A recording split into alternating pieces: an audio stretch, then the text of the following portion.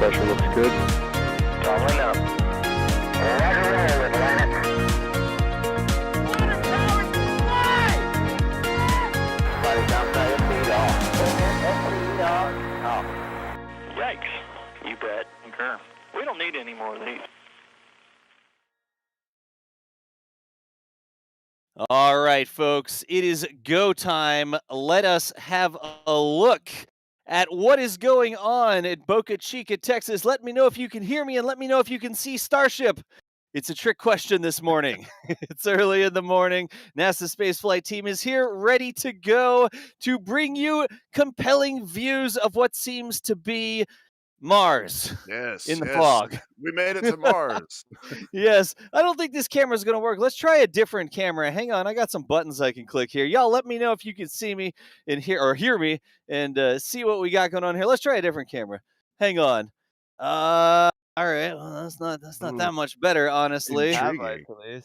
Yeah, we can see some pad lights. That's fantastic. I guess what we're going to have to do is continue trying this morning. Hang on, let me click one more thing. The best way to get a view here is to get closer. And the good news is, with one of our new rapid deployable robotic cameras, we can get a little bit closer here on the NASA spaceflight stream. Look at that. That's beautiful. So now, let me know if you can hear and see us. We've got a palm tree, and we've got the beginnings of the outline of Starship SN11 from one of our new rapid deployable cameras. Packs in a briefcase, sets up in less than an hour, and it is right there across the street. Hey, SpaceX, thank you so much for working with us to make this possible so that we could fantastically give the coverage here at Boca Chica yet another leg up. Every single time we do one of these streams, we've got new tricks up our sleeve. And this week for SN11, our trick is a lot closer than any of our previous tricks. As the sun begins to come up behind Starship SN11, we will be bringing you live views from the new... Have we named this yet? I don't think we've named this. Does this camera have a name? I mean, you named it. Chat, maybe Chat could think of a name. in all of my lists, it's called Rush Cam because this was a speedrun build robot. I built it in a day, packed it into a box that was like, what was it? It was 10 by 10 by like 18 inches. The entire thing packs into the box, minus the tripod. And we got this thing shipped out there as soon as the paperwork was clearing. But Chad, give us some answers. Give us some information here. What should we call the new close-in camera? My screen still says Rush Cam. I think somebody was saying we should call it Enhance Cam. How about close-in camera of the third kind? Close-in camera of actually, that is actually really good, Steven. It's very early in the morning, and that is actually really good. Well done. Close-in camera of the third time. I was thinking like danger cam, but I may be team close-in camera of the third kind at this point. It's early. Weird thoughts come to your mind in the early hours. All right. So, hey, folks, as we're getting started here, we can do it. Hop cam, boom cam, farm cam. Wow, jump cam. Do a barrel roll. What does that have to do with the camera? Way too close cam, rover cam, star cam, danger cam. See? Yes. Anyways, folks, we're here. The sun is getting ready to come up at Boca Chica. And if you trust Elon's tweets, the countdown timer in the upper left-hand corner says T-minus 2 hours and 9 minutes. And as we do, the NASA spaceflight team will be bringing you live coverage all day long from Boca Chica. It is still about, what is it, 6:50, 5:50? It's still about an hour and 20-something. An hour and 20-something from sunrise. But look, there's already some vapors on the tank farm there you can see down at the bottom. Not the important vapors, but vapors nonetheless. For NASA spaceflight, I'm John Galloway, and my wife is not happy with me this morning because I am way too bright-eyed and bushy-tailed and loud, I think is the problem. The door to the studio here got shut in a very final manner right after I started talking. So, anyways, John Galloway for NASA Spaceflight here. We'll be with you all day, herding robots and views and running my mouth as you do. Also, over here with us, you've already heard the voice of Stephen Marr. Steve, how you doing? Oh, I'm wonderful. Good morning, everyone. I can report that here in Cocoa Beach, I do see a little bit of light hitting the sky. So we're All right. sending that sunlight over there to Texas. So I can technically tell the wife the sun is coming up on the East Coast, so it's Yes, time to be awake and making noise. that's right. Yeah. Oh, I guess, yeah, you should be able to see a little bit of that light yourself, huh? You're not married, are you, Stephen? That's not a good I'm idea not. for me to tell the wife that. Oh, yeah. No, I'm not Yeah, married. I better Right. just keep the door shut. Hey, also back here in the studio for NASA Spaceflight, Michael Baylor. Michael, how you doing, dude? I am a bit tired right now, but A I'm little bit awake. tired. I'm All on the right. wrong time zone for this. Yeah, you're all the way out on the West Coast, aren't you? Oh, boy. Yep, it's 3:52 a.m. currently. 3:52 a.m. No kidding. So here's what I want to do super early in the morning here, folks. Michael's going to give us a little bit of a status update as Starship comes and goes. We had it for a second. It's going to come burning out of that fog here shortly, I hope. But Michael, when I say go, you give us a little bit of a status update. Where are we with things like evacuations and road closures and stuff like that? And while we wait, chat over in chat. I know how the world works and the sun and axial tilt and that sort of stuff. I know that people join these streams from all over the world. So, what I want you to do so early in the morning is tell me not only where you're watching from, but what time is it where you are. Give me where you are and what time it is in the chat. And, Michael, how are we looking for today? How are all of our boxes getting checked for a potential flight? Well, the most important information is obviously the information that comes straight from Elon's mouth. And like you mentioned earlier, Elon tweeted about 4 hours ago, I think, that they are targeting 8 a.m. Central. That was, like I said, a couple of hours ago. So there's always a chance that will change. It is likely that may slip slightly, but the earliest launch attempt right now is around 8 a.m. Central, and currently it is 5:53 a.m. Central Time, so just over 2 hours from the potential earliest launch attempt. As you can, we have been seeing a couple cars drive past, so we believe the pad is currently still not clear. We expect the pad to clear sometime within the next hour or so, and then the temporary flight restriction, or TFR, which keeps the air clear from aircraft, will go into effect at 7 a.m. Central, about an hour from the earliest possible launch attempt. So right now, everything is tracking towards a launch of Starship today. Hopefully, the fog is going to clear off. We will get some, at least mostly clear skies, so we can track Starship on ascent, and fingers crossed that the vehicle will perform well as it goes through the countdown. There's always a chance that technical hiccups could happen and the launch could be postponed, of course. But right now, like I said, everything is tracking towards an 8 a.m. Central Time launch from what we can tell. All right. So you said that TFR goes into effect at 7 Central and it's currently 6 Central. So we got about an hour before the TFR is going into effect, right? Correct. Road closures as well. I think they were all scheduled for 7 local time. So, y'all, as we do, we are live in advance of that actually happening. Wanted to make sure we put the new, I mean, did we get a bunch of good names? Close in cameras of the third kind. It's such a mouthful to say, though. Like, I It love is. it, but Yeah. it's a Yeah. lot to say. It also has a palm tree in the scene. Palm cam. I kind Oh, of feel there like you a go. palm cam would be mounted on the tree itself, though. But this is a deployable camera, so it may not always be that same angle, right? Oh yeah, that's right. That's why it was called Rush Cam Yeah. in my first iteration here. Actually, all my interfaces still say Rush Cam. But we are going to be watching this. We should get the sun starting to come up here behind Starship. Of course, you can see here the tank farm, that JLG Ultra Boom in the very foreground. And then, sort of in the middle of the screen, that's actually the weather tank that has that little weather station on top of it. The tank farm, sort of over to the right hand side. And you can just see the bottom of SN11 to the left. The thing that looks like a tank, there's that railing down low on the left of the screen.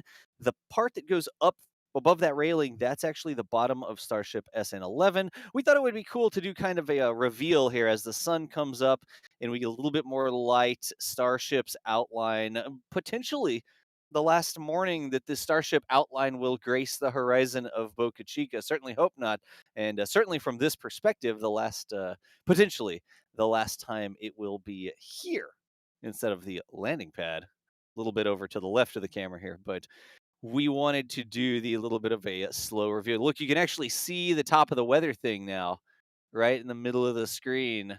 You can see that stick is actually starting to appear, and then SN11 is starting to appear a little bit more as well. So, Yeah. folks, we're live this early in the morning. You know how our streams go. We have all sorts of questions that come in. If you have a question for us, tag us in chat at NASA Spaceflight. I saw everybody checking in from all over the world. I mean, I guess there's not really much to say that it's all sorts of different times all over the world right now, because that's how, sort of the sun That's works. how it works. It's just there's really not a compelling discussion to be had about the fact that the sun shines on one side of the planet at a time. So, anyways, hey, Brilliant. also we've got some super chats that are going to be coming in early this morning, and we'll be reading those out. Thanking y'all when we have cool setups like this new deployable robotic camera, this fast response deployable robotic camera. That actually sounds like a cool way to talk about it, but is there an acronym Yeah, that can be made? if you can come up with like a cool acronym, you know. Yeah. Fast response emergency deployable. You could call it FRED, the fast The response emergency deployable. oh, Fred Cam. FRED cam. Michael's over here shaking his head. He's like, I'm Yeah, leaving the stream. okay, I'm out.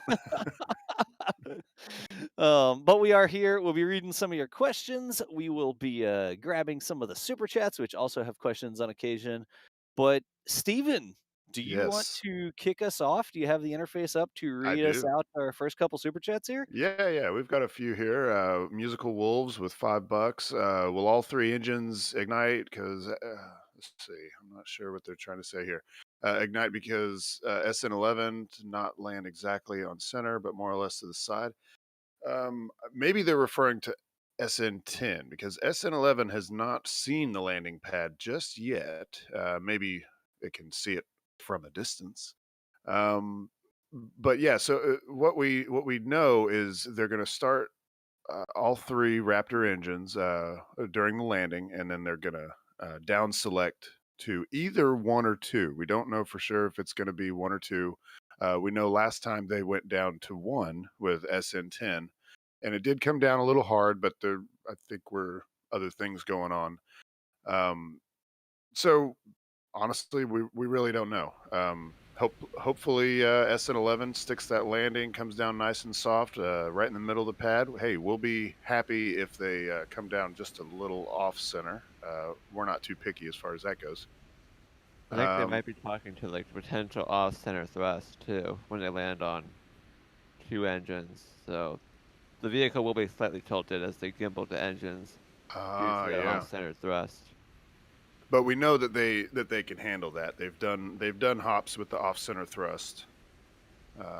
So I think that's all right that they might do that. Let's see. Stephen O'Brien says orange fog bad. That must have been when we Oh, jeez. first fired it up. Yeah, no, like yesterday we were joking around about having correspondence on Mars in the future, and it kind of looked like, yeah, it looked like that. It looked exactly like that. Look at this, the vehicle coming back up the road there. Nice. Nice. Looks like the fog is starting to clear, so Yeah. fingers crossed that will continue to happen. Here's Flashing light. Go ahead, Steve. Oh yeah. Oliver with €5 says, "I've just got my 4K TV. Will you guys stream 4K in the future? Great work. Greetings from Germany. Keep going." I don't know. Is that something that might be coming down the line? I don't know. We already have 4K cameras and we record on those locally. We certainly are looking into 4K streaming. The problem with 4K streaming is that you can make YouTube look like you're getting 4K when your bitrate doesn't actually support 4K. So I could make our stream right here say 4K and then just lie about it and not actually push 4K. So it is something that we're looking at, but to stream actual 4K, like actually give you bitrate that supports a 4K signal, is something that's a little bit tricky to do when you have the remote setups out at Boca Chica. Certainly possible, and certainly something that we're working towards. But right now, you'll get a better quality video off of 1080p at the right bitrate than you will off of a 4K signal if it can't push enough bitrate. That's the old this is the old IRL streaming thing. Like if you're gonna try, oh man, back in the day, oh look at this 1080, but you didn't have the bitrate to even push 1080, so 720 would look better than 1080 because the bitrate would work. Same sort of situation here right now. I could certainly make it say 4K, and I could try to push you something that was wanting to be 4K, but the bitrate is just not there to support it yet. It will be in the future, though. I guarantee that. Just right now, 1080p is the best quality that you can get with the bandwidth that's available over the types of networks that are available out there at Boca Chica. So, how's Well, that? y'all. You asked. Sounds to me like DOS has been streaming for a great long while. Hey, do we It's one of also those have things. Thomas on comms now? Oh, we do. Oh, good believe morning. You do. How's it going, guys? How's it going, Thomas? Good morning. Good morning. Back for another day of Starship. Hopefully, hopefully we get a flight today. Looking forward to it. I know Elon said they're targeting 8 a.m. Central Time, so we'll see if that works out. Hopefully it does. All right, Thomas, are you awake? I am barely awake, but you know. Supposedly. Some coffee or caffeine of some sort. We're working on it. We're working on it. Shower with caffeine soap and wake. That was a thing. When I was in college, that was a thing. They were selling caffeine soap, and you could go and take your shower with caffeine soap. Man, way to face the day. Could that work? I don't think it works that way, honestly. It seems like hashtag marketing to me. Yeah, absorbing the caffeine through the skin. I don't know. I'm not sure. I don't know. Google me wrong, y'all. I don't think it works. Y'all, Thomas is another one of our live stream commentators, hosts, writers, editors, all sorts of stuff across the board, and he will be hanging out here with the crew this morning as well. We tricked him a little bit. We went live a little bit earlier than anticipated, but y'all know what happens with the best laid plans and how they survive the live stream field here. But good morning, Thomas. Thanks for joining us here. Happy to. All right, Steven, keep on going. Yeah, let's keep it rolling here. Vlex says, love the new camera. Yes, we do too. Yeah, this is such a great view. We wouldn't be able to see much of anything if we didn't have this camera here right now. It's true, yeah. Yeah, so thanks again to SpaceX for working with folks to get a closer view. Let's see. We've got Rough Riders, a regular to the show. Congrats to DOS Cam. Will they still launch through the fog? That is the question of the hour. We were talking a lot yesterday about weather and the low-hanging clouds. It was pretty much overcast, it looked like. And we just don't know. We don't know if they have some kind of visibility constraint, where they want to be able to see the entire flight from the ground. If it's not windy or anything, it's imaginable that it's possible to go ahead and launch into that, but SpaceX may want to be able to see the entire flight. We don't have any other insight on that, right, guys? Yeah, Yeah, that's right. exactly the big right. unknown is what the weather requirements are for this launch. It sounds like this morning it's going to be pretty light on winds. The winds are going to get pretty high in the afternoon. So that is probably why SpaceX is trying to get this flight off early before those winds pick up. But in terms of visibility, we don't really know what kind of conditions they're looking for and what the requirements are. But obviously, even without video, they can still get a lot of telemetry. So it is possible that they could launch with poor visibility and just rely on telemetry and the onboard camera views and whatnot. So we'll see how it plays out. Rasmus Krohn says, greetings from Denmark. What role would NASA play in SpaceX's future colonization of Mars? I would think that SpaceX and NASA are going to walk hand in hand to Mars. This is my expectation. This is speculation zone, but I don't think SpaceX is going there alone. I think as the Starship program progresses, NASA is going to be very interested in what they're doing. And they already are. I mean, we've seen pictures of astronauts out there at Boca Chica I'm sure there've been lots of other NASA representatives just checking in on what they're doing, getting a closer look. So, anybody out there that says it's going to be SpaceX before NASA, I don't think that's going to be the case. I think they're going to be Right. going hand in hand all Exactly. the way to Completely Mars. agree. Yeah. Hey, Thomas, you were burning through these super chats so good yesterday. Do you want to try to get us caught up? Oh, I geez. could I put. mean, I could certainly try. I mean, I can So run through a couple real quick here. so early in the Uh, morning. I'll look at yeah. the at NASA spaceflight queue and see if we've got some in there to queue up to. All right. Stefan with the super chat says breakfast burrito for the team from Deutschland. Thank you so much, Stefan. DYU with the super chat hashtag flower fund for Mrs. Das. There you go. Appreciate the Thank you for support. that. Dalek saying, "What's the whistle we hear at Raptor Shutdown?" So yeah, sometimes, and it's not all the time. So it's hard to know if it's normal or not. Sometimes when a Raptor engine shuts down, there's kind of a loud, audible sort of whistle or some other noise. Some people call it like a honk or something. It's not. I guess we don't know for sure what exactly it is. But it happens pretty frequently, and it hasn't always been tied to like a bad engine or anything. So I'm not sure we can tie it to like, oh, that's the sound of a bad Raptor shutdown or anything. But it's just a noise that is occasionally heard when the engine's shut down, and I'm not sure that we know exactly what that's tied to though. Let's see here. Lionel says, it's early out here on the best coast, but I was up already because I live with cats that just don't care what time it is. Understandable. Thanks for joining on to the stream and hanging out with us then. Stuart says, a super chat for the early morning coffee. Let's do this. Sounds good. Appreciate that. Let's see here. Here's a good question. Martin asking, I'd like to know, are these test starships a 1-to-1 scale for the final starship that will take humans to Mars? Thanks for the show. Yeah, so these ships are full scale to the current starship design.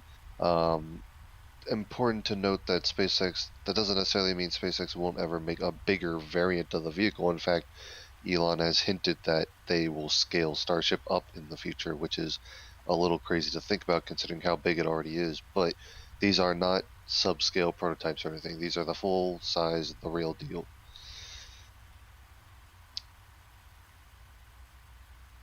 We have a question here from Taylor asking, does Fred Cam move and will it track the launch? Are we calling this camera Fred Cam? Did I miss something? Yes, you did. Well, it started. There were a lot of suggestions. I threw out the idea close-in camera of the third kind. It's just a little long. That's all. So, Doss, what does Fred stand for again? What did I say? I forgot already. Chat doesn't even remember. Fast response emergency deployable camera. There it is. Yep, that's it. That's where that came from, Thomas. Don't know that I'm sold on that one, but you know. But from what I understand, we're not going to be moving it while it is deployed where it is, right, Doss? If you wanted to talk about that. Yeah, because we're working with SpaceX, we have some specific uses, the ways that we could use the camera, and for this, we are going to be using fixed shots like this. So we are not anticipating from here to track the launch. We're going to be sticking with fixed shots, and we'll track it from cameras that are a little bit further away. Gotcha. Yeah. Jim with the super chat. Just want you guys to do a shout out to all of your fans watching here in Italy. Got a watching group together for every one of your coverage. Well, a shout out to everyone watching from Italy right now. Thanks for tuning in, and thanks for the support there, Jim. We appreciate it. Can anybody say like welcome in Italian or anything? They did not teach me that in South Texas. Yeah, I don't know. I don't speak much Italian, if at all. So I'm sure it's got like a BN somewhere in it. So, anyways, thanks for watching from Italy over there, Jim. Something original with the super chat. Thank you for your support. Game Maker with some super chat support as well. Greetings from Switzerland. Thank you so much. Here is a question. Do you think they're launching SN11 early so that they can roll out BN1 later this afternoon? So Michael mentioned earlier we are looking at the weather. It looks like the winds pick up later today, which I think is our working theory as to why they're targeting an early launch with SN11. But I suppose if that does happen, and the landing is actually successful, and they don't have to wait to safe the area too long or anything, I suppose it's possible that they could roll BN1 out pretty immediately, maybe even this afternoon. But I don't think the transporter's out at the production site yet. Last time we saw yesterday, it was still not there, right? Yeah, and if SN11 lands, the area will be closed for quite a while they let the propellant boil off. Right. So I don't think there's any possibility that BN1 rolls out in the next day or so. Yeah. In fact, the crane's not even at the pad yet, so I don't think it would roll out until the crane's at the pad. Oh, right, you gotta get the crane too. So yeah, most likely not. BN1 will have to wait a little bit, even if they launch SN11 early this morning. Chris K with a super chat saying, "Good morning, nerds." Excuse me. Here's some support for that coffee run. Appreciate the support there, Chris. Kevin F says, "Good morning from Norway." Who the? Up. I think somebody is giving us a courtesy lens cleaning. I'm guessing that's probably one of Tim, the Everyday Astronaut's crew members, because they all looked awful orange to me. Are we gonna have to give him $1 or something now? No, jeez. Yeah. We appreciate that because it is foggy, and I'm sure there was a lot of water on our lens. Yeah. Yeah, I was thinking that might have been Jack out there, but it might have been. It looked awfully orange to me. Yeah, maybe it was Jack. Did we not tell Jack that, by the way, this camera is still live? Just a little FYI. Yeah. Yeah, he should have ducked down and waved at everybody. Yeah, right. Oh, jeez. Arash with a super chat saying, "Good morning to you fine folks. Here's some coffee funds for you wonderful people." Thank you so much there for the kind words and the support. Infinite Gray with some support as well. Appreciate it. Brian Banks saying, "According to AccuWeather, fog is supposed to clear around 8 a.m. Central Time, which just so happens to be the time that Elon has said they may be targeting for this morning's launch." So, hopefully it does, and I know we would definitely appreciate some better visibility here. Andrew asking, why do we start the broadcast so early in advance of the launch? Well, so even though we know that Elon has said, yeah, they're targeting 8 a.m. Central or thereabouts, there's a lot of things that happen leading up to that indicate how likely that is to actually happen. We want to know when the pad clears. We want to look at when tank farm activity and stuff like that starts to spool up, some other pre-flight preparations. So when we're going live to report on those milestones too, because that gives us a much better idea as if they're still targeting that time, or if there's delays coming. So we want to report as quickly as we can as soon as there's stuff to start watching and reporting on. So that's why we are going live well in advance of the actual liftoff target. Yeah. Plus, it gives us an opportunity to answer questions and things like that, which is another part of our coverage. So, Thomas, that's a great point. Like, if you go live right before the launch, or even like 30 minutes before launch, you're like well down into the countdown net. There's no time to hang out and answer questions. And one of the big things we like to do is just answer people's questions and talk about what's going on. So, going live way in advance gives us ample opportunity to help people understand what we're expecting and that sort of stuff today. And gives us a chance to kind of wipe the sleep from our eyes and clear the cobwebs before the action really starts. Das over here yelling in your ears first thing in the morning like some sort of live stream drill sergeant, making sure everybody's awake and ready to go. Yeah. I'm picturing like Robin Williams, like, good Chica. As long as I promise I won't start calling y'all maggots. How's that sound? Got a question here asking, do we know where SpaceX has their command center for Starship? We do.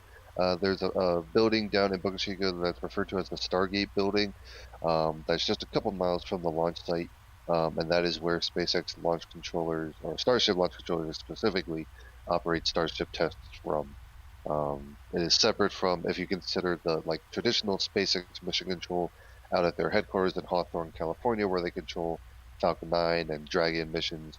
That is not where they control the Starship flights. Best to our knowledge, they have a smaller control center in Boca Chica specifically for these tests. Yep. A super chat here. Hello from England. Thanks for always having the informative streams for the length of time you do. Me and the other 13,000 people watching appreciate it. Well, we're glad that you're tuning in, and we're glad you appreciate it. Thanks for the support. And people keep asking, so I will just say that Mary did tweet that road closure and evacuation are both scheduled for 7 a.m. So if you're asking about the evacuation, yes, it is happening. In 44 minutes. Right, that is 7 a.m. local time, so in about 43 minutes, yeah. And I can report that the sun is up in Cocoa Beach. Space Coast has seen the sun. Actually, I can't see the sun. My window is not facing the right direction, but I do see a lot of light out there. And sunrise in Boca Chica is scheduled for 7:22 a.m., so I think we can already see some daylight starting to come through the fog here, but hopefully that sun will burn off this fog. And as with anything in spaceflight, the sunrise may be scheduled at that time, but, you know, things can happen. Things can be delayed. The sun might be late. We don't know. It's one of the beauties of science. Like all of the information we have says that the sun will be rising at Boca Chica today, but nothing guarantees that. And if it doesn't, then I think we have bigger concerns than whether or not Starship launches today. You're exactly right. A new membership here from Mert. Thank you so much for joining on. Hope you enjoy the benefits there. Let's see here. Keyshore, perhaps, with the super chat. With 2 super chats. Thank you for both of those. Appreciate the support there. Wow. Tangerine saying, here's something for that coffee and breakfast fun. Thanks for all the streams and coverage, and hopefully SN11 can stick the landing this time. Thank you so much. Appreciate it. Here is a question from Plush Vader asking, how long of a gap do you think there will be between SN11 and the next one, SN15 question mark? So we're actually, I think, expecting some BN1 ground testing to be next after SN11, but what kind of gap do you think we could see between the two once SN11 flies and lands? I think it will be a bit longer than SN10 to SN11, which was less than a month. Just because SN15 does not have a nose cone stacked, and both SN10 and SN9 had their nose cones stacked in the high bay before the Starship before them flew. So SN15 is a bit further behind us because BN1 is the next prototype in the line. Gotcha. Got some questions here regarding BN1 testing. Has SpaceX began preparing pad A or B for BN1? So I think we said that the Super Heavy booster isn't exactly like the connections and things on the ground are not exactly the same as the Starship. So we thought they might have to do some work on the suborbital pads to get ready to do those testing. Have we seen that start to take place at all?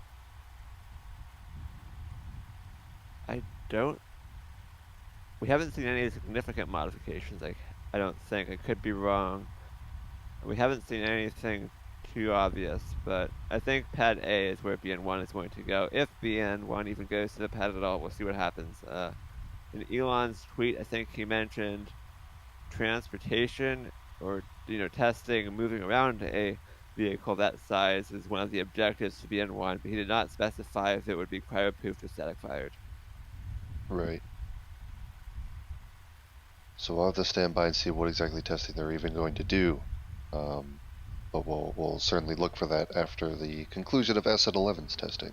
Yeah, so we really need SN11 to stick that landing so we can see in the same shot, we could see BN1 on the pad, see Starship on the landing pad, and then we can Photoshop Starship on top of it so we can see. There you go. So we can see what it looks like. Sebastian with a new membership. Thanks for joining on. Appreciate it. And a super chat here from Singing NPCs. Hello from Latvia. I've been watching all your streams lately. What innovation and thermal heat shield protection will be used for the SN type rockets? What do we know officially about the heat shields that are on Starship? I mean, I know there's tiles, and we've seen them testing little batches of them on parts of the Starship, but do we know more detail about what they're made of or anything like that? Not Off the top of me. my head, I don't know. I know they're hexagonal. I know There you that. go. They're Ceramic hexagonal. tiles. The ceramic tiles, yeah. I believe we've got Mr. Chris Gebhardt here on comms who is offering to answer this question, actually. Ah, yes. I was pulling the questions, but I can actually answer this. One. So, Wait, Chris. Yes, We can barely hear we Chris. should introduce myself, shouldn't we? Yes. Oh, we can't hear you. We can barely hear you. You're like on the wrong mic is on or something. This would be because There I y- had the microphone pushed behind my head because I wasn't There talking. you go. It helps to have the microphone in front of my mouth. There you go. Welcome, Oh, Chris Gebhardt. Yes, hello everyone. So Starship's heat shield is actually going to work a couple of different ways. So, the side that has the tiles, right, which are silica tiles, are designed to do a couple different things. This is basically the side where the air compression, right, as Starship is coming into the atmosphere, where the air just literally can't move out of the way of the vehicle fast enough, so it compresses together and forms that plasma barrier in front of the vehicle. And that plasma barrier actually never touches the skin. So the job of thermal protection system tiles like Starship has is to actually absorb some of that heat to control the transfer rate of that heat toward the skin, and basically absorb some of that heat and then radiate it back outward so that it doesn't affect the structure of the vehicle underneath, right? So that's why the tiles can be glowing hot, but you can pick them up right away when they're glowing hot. In that regard, because they absorb, by the way, is insane. Yeah. Yeah. If you've never seen a video of there's these videos probably from Kennedy Space Center, but they'll take a piece of those ceramic tiles and they will get them glowing red hot, and then the technician or whoever will pick it up with their fingers, and it's still glowing red hot, but it doesn't burn their fingers. It's incredible. Yeah, it really is. It really is. So, so that's what the thermal protection system on that side of the vehicle is trying to do. It's trying to look at places where you need to absorb the heat and then radiate it out to protect your vehicle. Whereas the other part of Starship, the part that will just be the super shiny polished steel, that is basically a thermal protection system in itself. But what it's doing is, instead of attracting the heat, it's polished so much that it's radiating the heat away from your vehicle. And because you're not on the side where the plasma is actually forming, you can have a good thermal protection system by just radiating the heat away from your vehicle. So basically, you can think of Starship as having two different types of thermal protection systems: the tiles, which absorb the heat and then radiate it away, and the very polished steel, which just radiates it away from the skin of the craft. Aha! I don't know if anybody noticed That while was you were cool. talking there, Chris. What happened? Dustbuster going in the background. I know. The confused media fog machine was turned on. I guess another one of our tricks is out of the bag, folks. This camera has live audio coming through in stereo from across the street from the launch pad here. So when that venting started, that was live audio from the camera right here. We got a really nice stereo XY field microphone deployed. It's been, I'm going to use air quotes here and say weatherproofed. But it is one of the modules that we can add to our robots. Some of our robots have an expansion port that I've included on them, and this robot was actually designed with an expansion port so it can support live audio as well. And it's not like a built-in microphone on a security camera or something like that. It's a Rode NT4. It's a Rode stereo XY field microphone, and that goes through an encoder, an IP audio encoder, and sends us a high-quality stream, and it is live from right there across the street. So, cool. Yeah, there you go. So sometimes there's announcements at the pad from a speaker on top of Starship, I think. Potentially. Let's listen and hear what we actually see. Yeah. It's the first time out. We'll see exactly what it hears, but it definitely heard that activation of the tank farm there. That's for sure. And now we can't see Starship. Like, we can see Starship even less than we could before. Come on, we need that sun to get up there and start burning off this fog real bad. We're sending it over there as quickly as we can. We've got an hour and 34 minutes for the fog to clear. Come on. There you go. Let's see here. Geraldine with a super chat. Thank you so much for the support there. Oh, here we go. Christopher asking a question. Bonjour from France. Thanks for tuning in there.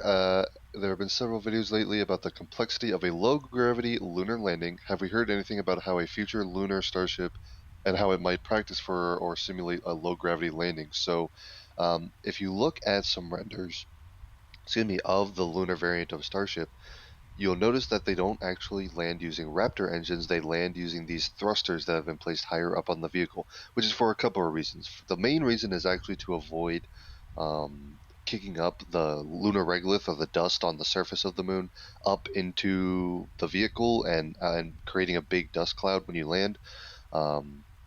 Because that can obviously be damaging to different systems, but it is also a fact that at its minimum throttle, the Raptor is still a pretty powerful engine, and so it would be difficult to land in a very low gravity environment such as the moon on Raptor engines. So you can design these thrusters which are lower thrust and more optimized for the types of thrust levels you need to land on the moon. So that's how Starship's actually going to deal with it, by landing on a slightly different propulsion system.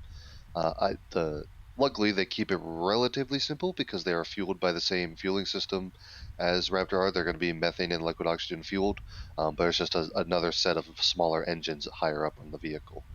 So that is how the Lunar Starship is going to deal with that. But I think, yeah, the question was like, how are they going to practice or simulate that? And that is a good question because, like, I remember back in the day, you know, when they're preparing for Apollo, like they put the astronauts on this leaning contraption to try to subtract out some of the gravity, and they'd be bouncing on this like diagonal board to try to simulate 1/6 gravity. And I'm not sure you can do that with Starship. Yeah, I'm not sure. I mean, a lot of it'll be, you know, computer simulations and flight simulation to figure out exactly how that'll work, but Right. yeah. Which luckily, I mean, SpaceX has demonstrated they're very good at that side of development with their simulations and things like that, as demonstrated by some of the things they've been able to do on Falcon 9 and Dragon and things like that. So, a question here about the first orbital Starship attempt. Do you think that BN3 will take SN20 to orbit and land at the launch site, or catch the Super Heavy booster with the tower? You know what? It's hard to say so far. We haven't seen BN3 start to get stacked yet, so we can't take a peek on whether it's going to have legs or anything. If we also need them to start building the tower at the launch site because they need some sort of tower. Whether it will be able to, you know, if they're going to try to implement that catch using a tower to catch a booster instead of it landing on its own legs early, or if that's sort of a down the line thing. If I had to guess, I think they're going to stick legs on the early versions, and maybe the catch tower comes later, but we do not know one way or the other as far as what they'll do on the first orbital attempt. A question here, a super chat question. Who needs to give SpaceX permission to colonize Mars? They don't really need permission. The current basic legal structure for space is no country is allowed to claim property in space other than vehicles that they put there. So a Starship vehicle is still property of an American company, even if it's in space. But once you step off the vehicle onto a plot of land on Mars, no country can claim that as property currently. So it's kind of up to a private company to enforce their property laws, if that makes sense. But they don't really need permission to do that. The only things that they would be mindful of are things that, like, their customers would value. So they wouldn't do anything that would upset NASA or anything like that. Because obviously SpaceX wants to support NASA missions and things like that. So if NASA's like, we have these certain rules about planetary protection and making sure that vehicles are sufficiently clean when they've traveled to another celestial body, and so we're taking care not to contaminate a potential scientific research area, SpaceX would obviously make those continue to follow those regulations, so that they can continue to work with NASA going forward, even as they launch their own missions to Mars, with or without NASA crew members. So, but they don't really need permission to that. side of the thing. If I answer your question properly. If you're just joining that Starship, is that object towards the left-hand side of your screen? The views are absolutely incredible right now, but we thank you for sticking with us while we wait for the fog to clear. Yeah, we are. We're waiting for that fog to burn off. You see the railing in the lower left-hand corner, y'all? And then there's just a little bit of a vertical line coming up there. That's the base of Starship there. And as the sun comes up, we're hoping we either get a little bit of an outline there, or we start to get this. Certainly hope this fog is burning off. We've been live for what, more than 30 minutes for sure. I don't even know what time we went live. About 45 minutes we've been live here. And we wanted to get a little bit of a slow reveal on what may very well be SN11's last day on the suborbital launch stance. So we're just hanging out and watching and listening to the tank farm. There was another question at NASA Spaceflight. Hit us at NASA Spaceflight. Even if you don't drop a super chat, we could still see those questions as well. Nicholas says, will they need to change the thruster engine profile for the landing on Mars since the gravity is less? Well, I think that they are developing Raptor from the ground up with the intention of landing it on Mars. So they're going to need to be able to throttle deep enough so that it's not an issue. Now, will they come down on one or two engines? I think we'll have to see. If I was in speculation zone, I would say probably one. Anybody else got an opinion on that? I mean, I think I don't know. It depends. A lot of it depends on how much payload. Yeah, it depends on the payload. Yeah. Like, so if you're landing empty, that's true. Yeah, all we've minimal seen is throttle, one engine. But if you're landing with a bunch of cargo on board, you could need multiple engines, or you could at least get away with multiple engines. Like, you might not need two engines, but if you can, that gives you redundancy if one of them fails during the landing burn or something like that. So I think it depends. Honestly, as far as changing the engine, they're not. They don't want to put themselves in a position where they want to. What? The vehicle flashing lights just went by, but I don't think that's the pad clear vehicle. I was Nice. wondering if it was, but I think it's just security. Usually the final pad clear vehicle, when they have cleared the pad for the final time, has flashing lights on it. But I think it's a Model 3, not a pickup truck. Yeah. Yeah. But I think in the development of the Raptor, they don't want to have multiple variants of Raptor, so they have to change it out if it's going to the moon or going to Mars or whatever it's doing. They want to have one Raptor fits all, so to speak. Right. I don't think they'll have different engines, but as far as the thrust and how many engines they'll use for like that landing burn, it'll be interesting. I wonder if even on an early mission where they don't want to put an appreciable amount of payload on board, if they might just put some ballast and a mass simulator of some kind in the vehicle just so it has the right thrust to weight ratio to do a two-engine landing burn. In the case that one of them fails, you can throttle the other one up to compensate, and still have a heavy enough vehicle that you can do that. I would be interested to see if they do something like that. But a very good question there. Paul with a $50 super chat. Thank you so much. Let's do this again. Plus some donut funds. Good luck. Appreciate the generous support there. Whether the entire team really does appreciate it. A question here from Sebastian. How soon do you think SpaceX will develop a new, larger Starship version more similar to the original ITS pitch? I don't think that'll be soon by anyone's definition of soon. Just because they're going to want to get this version of Starship up and operational first, and then they could scale it up down the road. But I think the current scale is what they're going to want to operate for a fair bit of time still. Yeah, get some experience with this version of Starship. Super chat here from Carl. Thank you so much for your support, and some new memberships here from Annabelle and Zach Dawson. Appreciate all of your support. And then a couple of super chats here. Mr. Swagger, a good morning from Arizona. Appreciate the support. And here's a super chat from Elsafar saying, to buy Mary an extra coffee, go SN11. Absolutely. Nice. Thank you so much. I know Mary appreciates it too. Paul is saying, good morning, NSF team. Thank you for your hard work. We'll be here with you on this journey to Mars and beyond. Appreciate the support there, Paul. And a couple new memberships are really quick from Paul and Nebelbold. Thank you so much for all of the support from everybody here.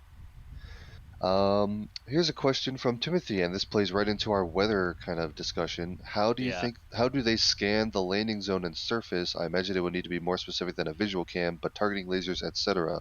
How would a fog affect that system? So just like Falcon 9 does, I believe we understand that Starship is working with radar for its ground detection, if that makes sense. Is that right, guys? Sometimes you ask the question, and I have to look up to read the question because I'm always juggling a lot of stuff. I believe it's a radar system on Starship, right? It's not a visual system. Radar. Yeah. Right. So that is why we're not super convinced that the fog or the bad weather is actually a criteria for the flight. The reason it would be is if they want uninhibited camera views from the ground. Right. To observe the vehicle during a test flight. But as far as Starship's ability to conduct the launch and landing, the fog should not affect that because it's a radar-based system. Right. I agree with sorry, that. Chris got part here just really quick. Flip that wrong mic mic again, Chris. Chris, you Your need the mic again. behind your ear. There we go. Man, I'm gonna get this right one day or another. Yeah, it's the same systems basically that the Falcon 9s use, and the Falcon 9s can launch into completely overcast weather and come down onto barges and drone ships through thick cloud and fog layers. So it's the same system. So no technical reason, just comes down to test objectives and visibility that they want. Yeah. So but so SpaceX can see it from the ground if that's an important thing for them to test.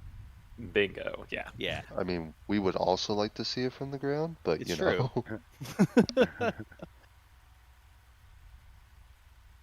I'm keeping an eye on those other cameras. It actually looks like the fog has increased a little bit because now we don't see Starship at all. Luckily, we have that palm tree and those yuccas in the foreground. So we have something to look at. And we can also tell I'm watching the palm tree because that's how I know that the camera has not frozen. As long as it keeps waving, we're nominal. That's a standard palm tree live stream status indicator. Is that what that is? Yeah. You can tell we have frame rate because they're changing. There you go. It's like, if the rock is wet, it's raining. If the rock is standing straight out, it's windy. If the rock is gone, it's a tornado. Everybody know the weather rock? Yeah. A super I hear from Matthew. How many people do they usually have to wait for to leave the pad before closeouts are done? So the final pad clear team, I know it's only like a handful of vehicles. I don't know how many personnel that equates to. But it's a relatively small team, like less than 50. It might be a couple tens of people, if that. But it's a relatively small team of the final closeout crew out at the pad from what we've seen. Joseph with a question: what Raptor version will Starship use to land on the moon, vacuum or sea level? So actually, we touched on this a little bit earlier. Neither. The final descent on a lunar Starship will be a sort of Raptor-derived or Raptor-based thruster system that's higher up on the vehicle to prevent lunar dust issues. So it won't actually be landing on a Raptor engine. It'll be landing on a different sort of thruster, which I don't think has a name yet. So I guess it's possible that they name it some sort of version of Raptor, in which case it'll be landing on that version of Raptor if they call it that. But or like it won't super be duper Draco. Super duper Draco. Draco. But it won't be a sea level or vacuum Raptor engine per se. A question here: do you think NASA spaceflight will be the first interplanetary news source streaming news from across the solar system? With your help. Yeah. Y'all keep showing up. If I had a spot to deploy a camera to orbit or something, that would be a really cool CubeSat project or something. Just a live stream camera from space. Yeah, just like a temporary thing, like, oh, we're going on a ride along on this launch, and then the CubeSat deploys, and now we have video signal from it. That is a little bit outside of my wheelhouse. Thomas, don't you know some people? I do know some people with some CubeSat experience potentially, but if you keep the super chats coming, maybe that could become feasible one day. That's what I'll just say to that. Appreciate the question there. And hey, if we can get robotic cameras in space, I know a couple people that would like to make that happen. So, let's see here. What is Dalek asking? What is the price of a heat shield tile? I'm not sure we have any idea what the answer to that could be. Do we have any clue about If how you have to price? ask, you can't afford it. Yeah, you can. Yeah, well, there's that. Tree There's fitty. a key tree fitty. A key with the Starship vehicle is that it's reusable, so you don't have to keep making new heat shield tiles. I'll just put it that way. Let's see here. I like Ben Parr's question here. Angry Astronaut believes that after living on Mars for a few years, it would be impossible to return to Earth. What are your thoughts? Now, I haven't seen all of The Expanse, but I know that that's kind of a theme in there. Like people that are born off Earth have a hard time going to Earth. But I would imagine that there'd be some sort of an exercise regiment that they could do to maybe maintain their muscles and bone mass, or muscle mass and bone strength. What do you say? Yeah, bone structure, Bone maybe. I don't know. structure, yeah. So that they could come back to Earth at some point. And how long are we thinking? He said a few years. Yeah, I don't. So here's the precedent for that. Keep in mind, we've sent people for up to just about a year at a time to the International Space Station, which is almost a practically zero gravity environment as far as your muscles and bones are concerned. Right. And they do a lot of exercise to help maintain health there. But that's almost zero G environment. On Mars, you have a little bit of gravity, so it's actually slightly less harsh as far as the effects of microgravity goes. So if you're talking about going to Mars for a year or so, you can still definitely be in a healthy enough state to return to Earth. Granted, I guess the difference in the question is: are you talking about a year on Mars or a year-long mission, which could include some time on Mars? Because obviously there's the transit time too. Yeah. But even a year on the ISS was not drastic enough for Scott Kelly to not be able to walk when he got back to Earth or anything like that. He was still able to come back to Earth and live healthily here. So I would imagine a year or so mission on Mars in a slightly less harsh gravity environment would not prevent coming back to Earth healthily later on. But that's something that we could learn about, obviously, and the early missions will study how the astronauts' bodies are coping with that, and so we can see if there could be problems that arise from that. But I think a lot of the research done in low Earth orbit indicates that you can still come back to Mars or come back to Earth even after an extended stay on the red planet. So Yeah. Exactly right. And actually, the station would be worse off because Mars, you've at least got some gravity helping you, exactly.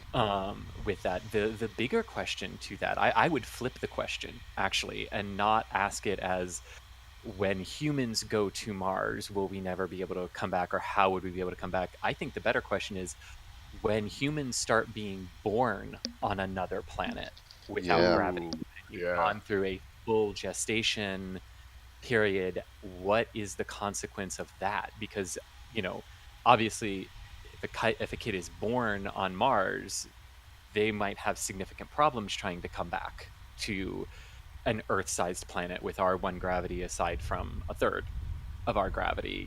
I think there are interesting medical questions that begin to arise of at what age would it be safe to come back if you're actually born somewhere other than the planet Earth. Yeah, you might have to do some serious training to lead up to something like that.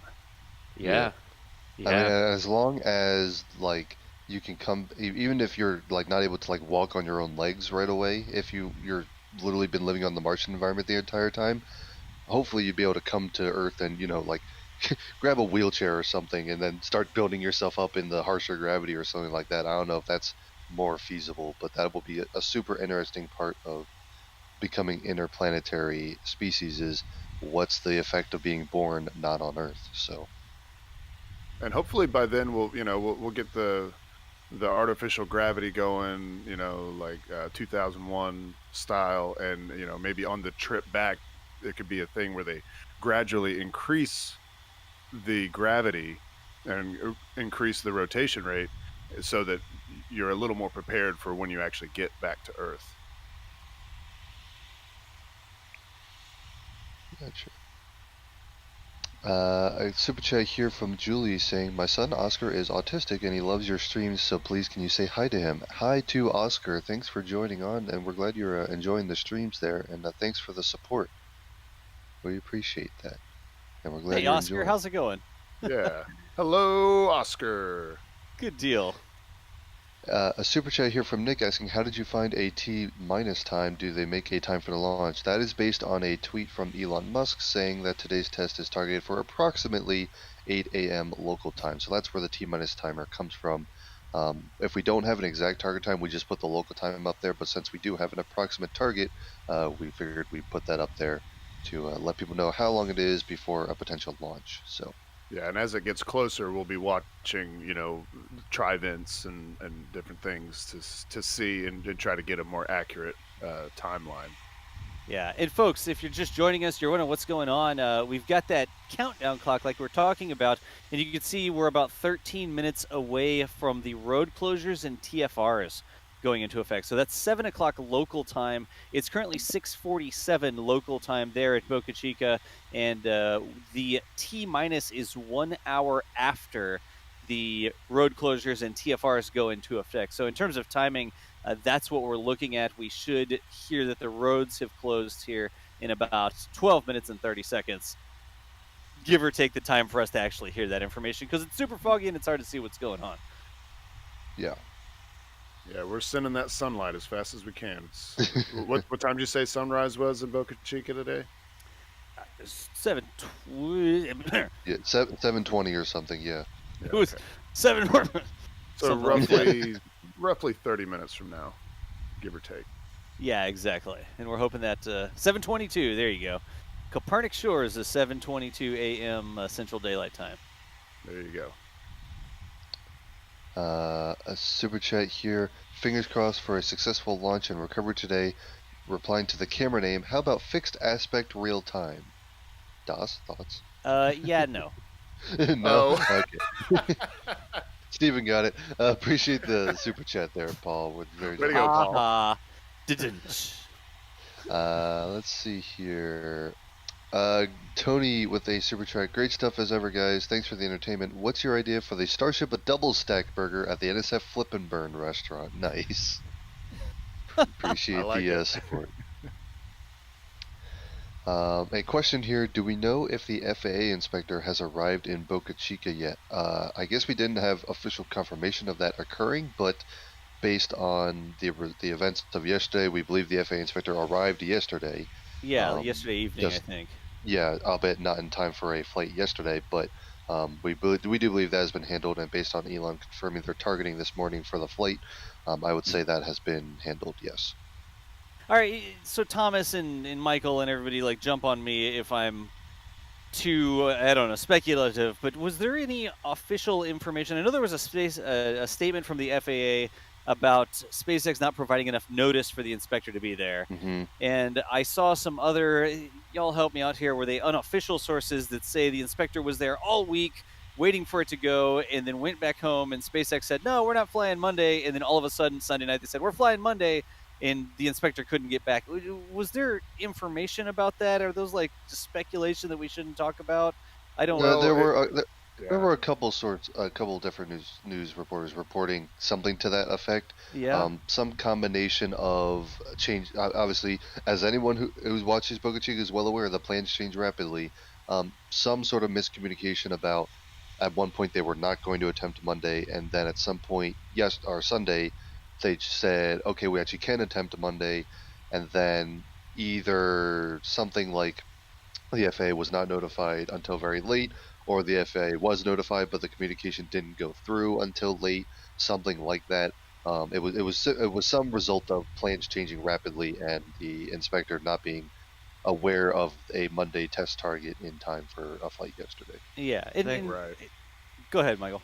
I think it was Joey Roulette who had tweeted that one of his sources said that SpaceX had originally at one point told them that the launch was not happening on a Monday, so they went home. But of course, SpaceX had been communicating to us and everyone else that the launch was on for Monday based on Elon's tweets, the official SpaceX website, and whatnot. So people have been saying well, how did the inspector get told no when everything SpaceX has been putting out said launch was on Monday? Well, I mean, for one, the inspector is not going to listen to Elon on Twitter or the SpaceX website as to whether or not they should stay put.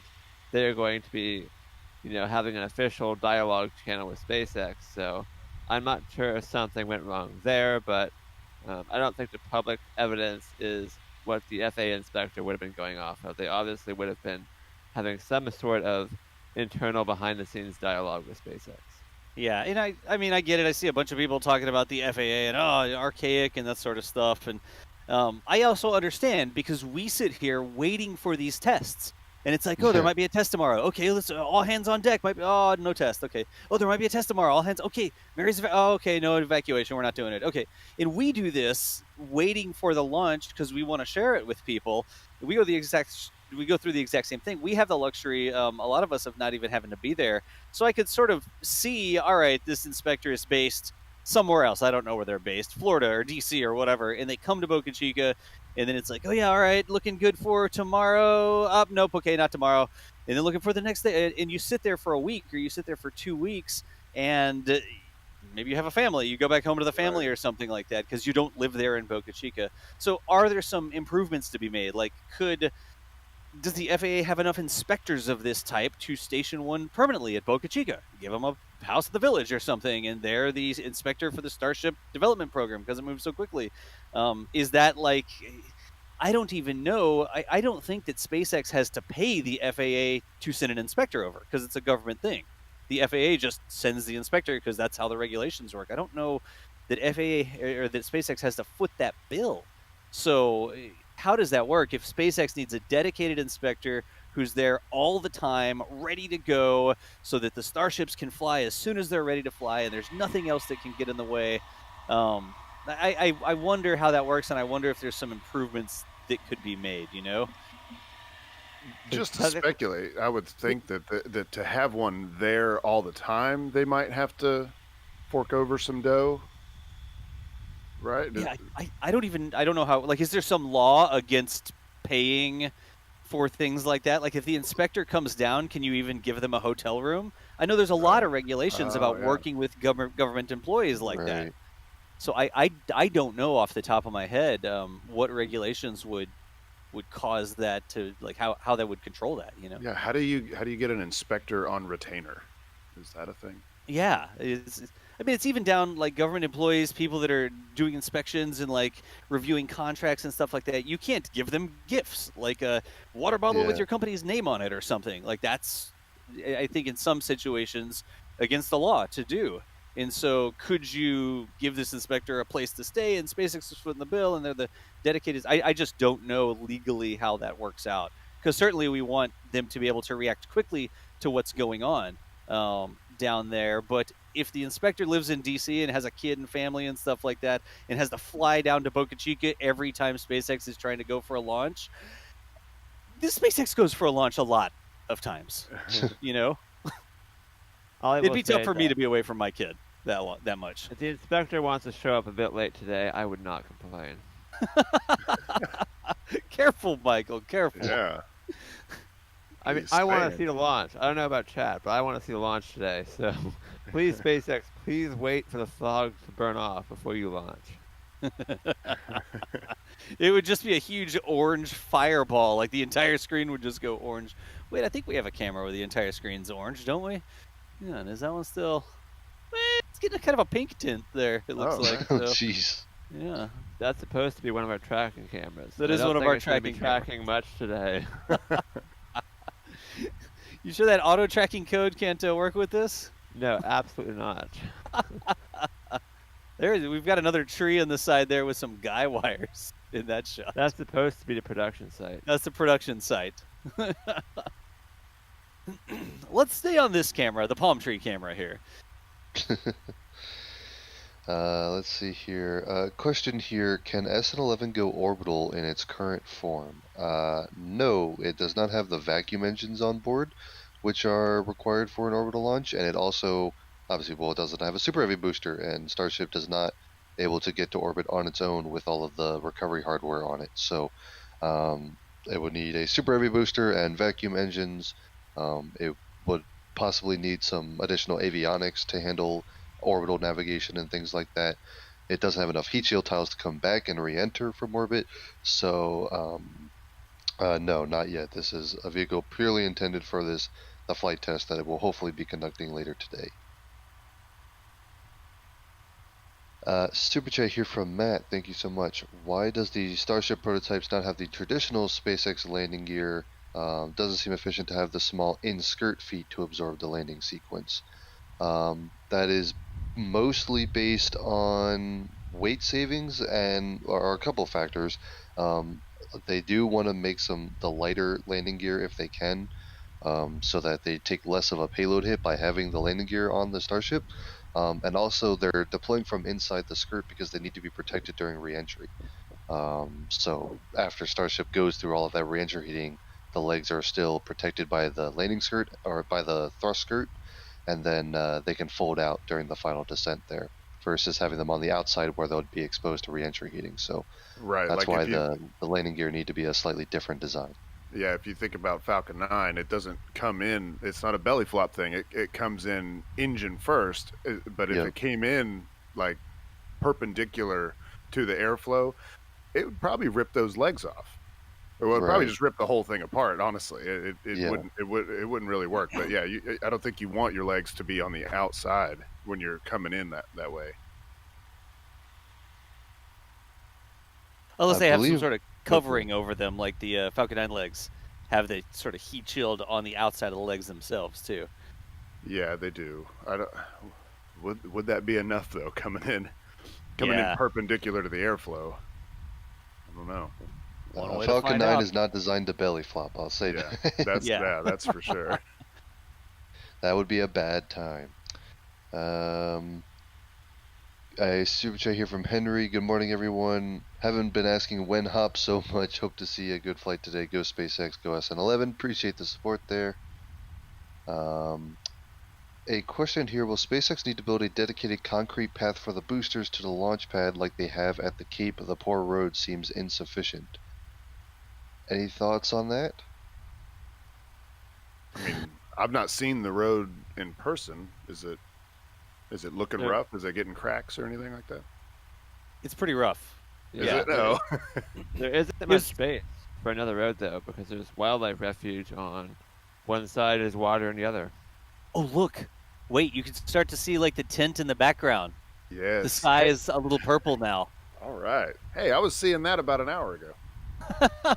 Well, so the way the world works, the Earth spins on its axis. Okay. The sun is over, and you can do it with a flashlight and a tennis ball. Okay. I'm listening. I'm listening, but I'm skeptical. Okay. Oh, geez. All right. Well, So to answer the question, it would be hard to do so, but there could be usefulness to upgrading the transport, like the roads around Boca Chica there for spacecraft transportation and things like that. But yeah, hopefully the sunlight starts to come up a little bit. Really quick, I want to I believe we're introducing another commentator to the NSF stream here, Mr. Chris Bergen. Chris, are we at you on comms here? Good afternoon. Oh boy. Good afternoon from across the pond. That's Chris Bergen, managing editor of NASA Spaceflight, joining the team for some morning coverage here in Boca Chica. Well, I'm not in Boca Chica, but the camera's in Boca Chica, so Chris, thanks for helping on with us this morning. It's going to be interesting when the sun comes up, because this is quite a surreal scene right now, isn't it? We're hoping we get like an outline of Starship slowly appearing. It's like the slow reveal. You got to be patient to be a roadside rocket scientist this morning. Yeah. Speaking of, that's one of our t-shirts, isn't it? When you were talking earlier, I caught on about 5 minutes earlier where you're talking about the you can't give government employees like the FAA merchandise and things like that. I was thinking he's got to be in the store for when hot. He's got to be one of them t-shirts. Surely he could walk in to SpaceX Boca Chica today with his When Hop t-shirt on as the ultimate irony. Well, if the FAA When Hop, and you oh said, my gosh! If the FAA inspector showed up with a Win Hop, just a coffee mug, super subtle, just breaks out the coffee mug, and the coffee mug says Win Hop, and they just like take a sip of it, and they look at SpaceX like. And then take a picture of Elon's face when he sees it. Oh,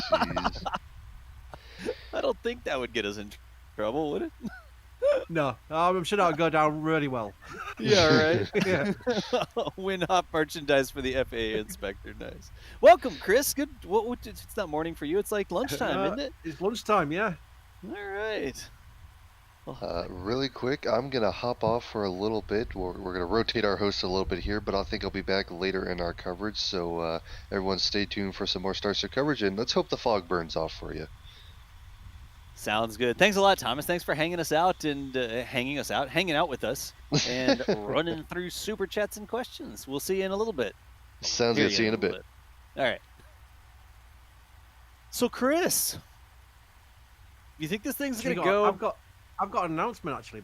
To do with. Oh yeah. This is our 2-year anniversary of the channel. YouTube channel. People get confused by when we say how old things are. The site, NASAspaceflight.com, the site which I named, and everyone goes, "Are you NASA?" No, it's because we started covering shuttle from the start. I did a tweet about it. I'll put the tweet in chat in a second. But we started a YouTube channel because Mary was taking these videos, and we were putting them on the forum as attachments and downloads. And of course, everyone started getting into Starship, even back in the Hopper days, that we were basically just draining money out on bandwidth for the forum when we were hosting the clips. We thought, why don't we start a YouTube channel from scratch? This was 2 years ago. And of course it took off, and look where we are now. We've got, how many subscribers? 361,000 subscribers. Yeah. Basically, they're all Mary fans, but... That's got to be some kind of a record in growth, right? Well, I'm sure there's some reaction to music video, guru person on YouTube who's grown a lot faster than that. But there's a horse channel out there, I think. That, horse channels deserve all the subscribers they get, so that's fair enough. But we started this channel 2 years ago, and it's had 100 million views. That just went over the 100 million views. I didn't even notice that a few days ago. God, so, yeah, that's gonna be some kind of record for a space site or something like that. I don't know. Yeah, no kidding. I like numbers, but that's 2 years. Yeah, 2 years. Now the main thing I want to get out of that is 2 years ago, the first video we put on was a Mary clip, just a clip. Yep. Of Starhopper pre-hop testing. So look how far I've come in 2 years. That's I think the biggest take home for me is that 2 years ago.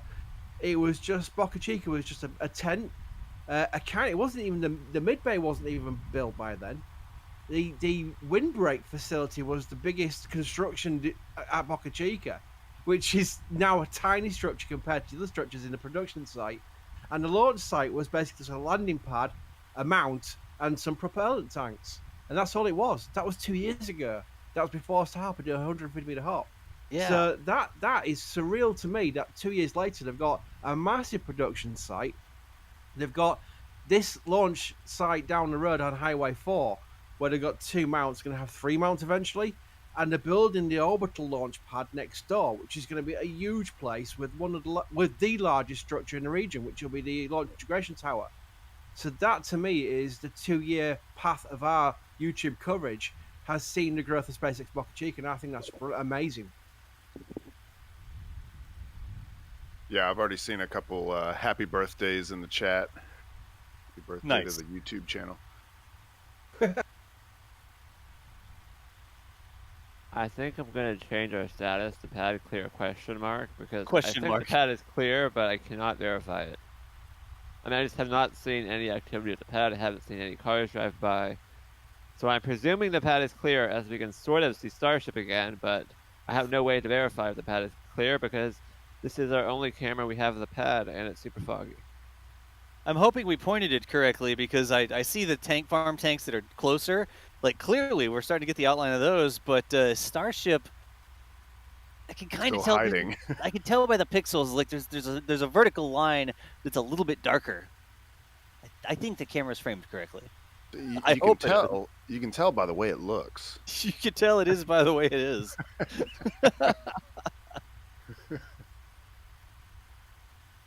Questions? Well, there's a couple super chats we could hit. Before we get to the queue so long that it takes us 3 hours to finish. Yeah, we are a little bit behind. Let's see.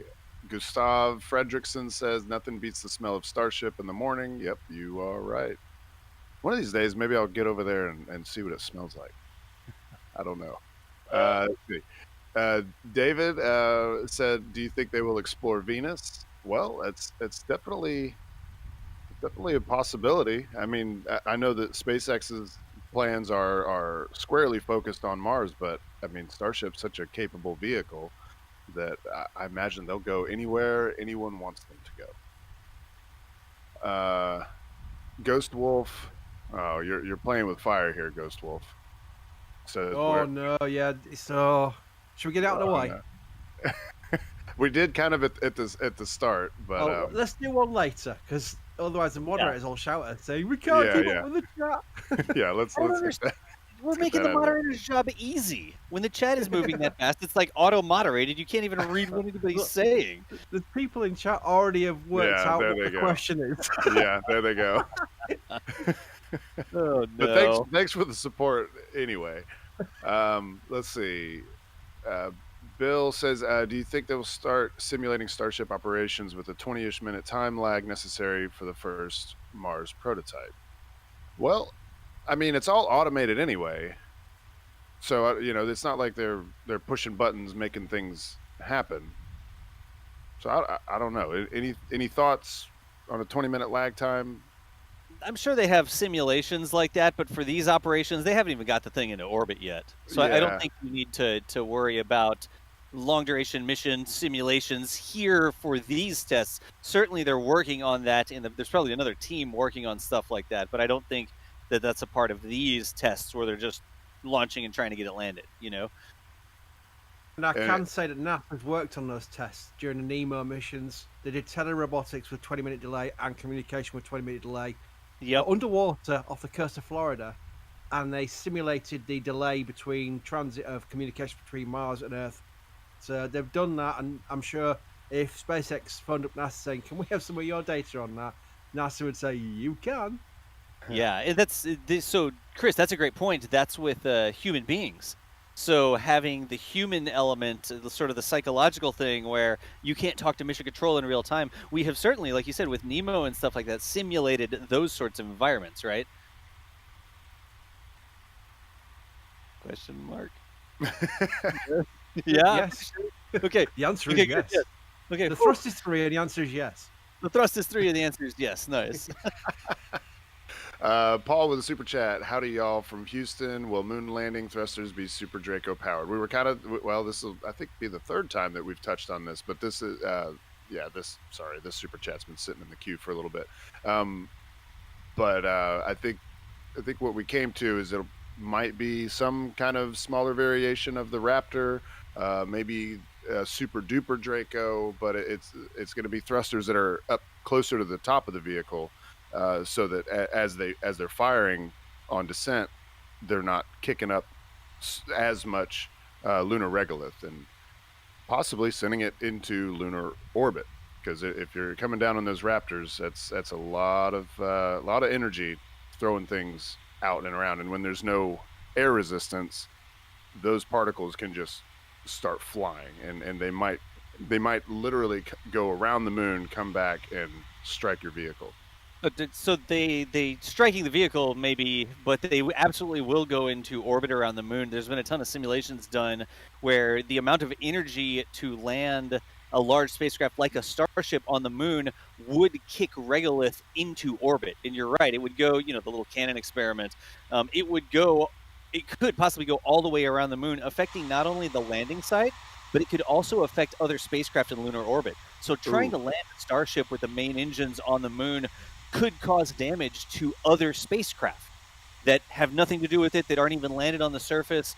It is a big concern to have all that energy directed right there at the regolith if you're not landing on a prepared surface. So that's why we saw those higher level thrusters, sort of the angled thrusters that are easing it down onto the surface so you don't get that plume directly impacting the surface. Like, remember the Perseverance landing?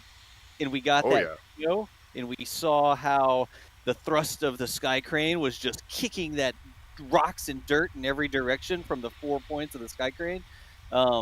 Think that, but the sky crane's tiny compared to a Starship. Correct.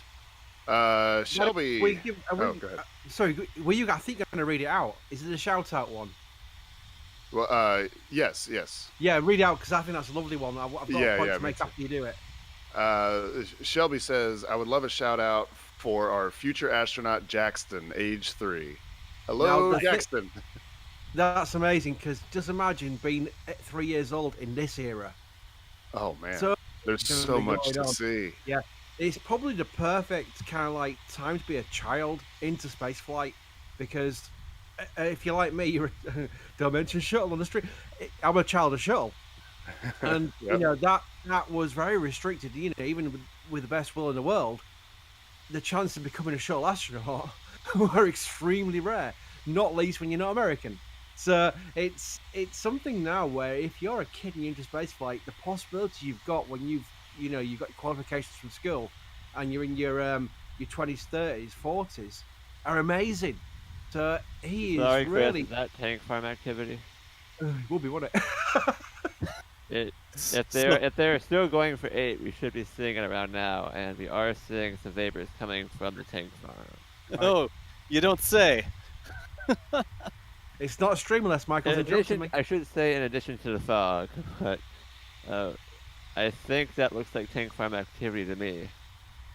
Oh, and it's gonna blow right in front of the camera. Wow. Yeah, okay. Look, folks, if the palm tree disappears, we got problems. How far away is that palm tree? We're going to have to fall back to the standard yucca unit of visibility in the lower left-hand corner. Oh, man. Time is sunrise. In Soon. 10 minutes. Right. There you Well, go. this may be an ASMR Starship stream. Good thing we got that microphone working. We're gonna hear it. That we can guarantee. Yeah. You could draw on screen, Daz. You could basically do animation of it. Draw on the screen. So we're just gonna assume that the recondenser is on and the tank farm is spooling up, but again, quite difficult for us to see what's happening, but clearly there is some additional fog being produced by that tank farm right now. And It disappeared. And I think we have Chris Gebhardt back on comms for the indefinite future. I appear to have joined right at the correct time. There's plenty to see here.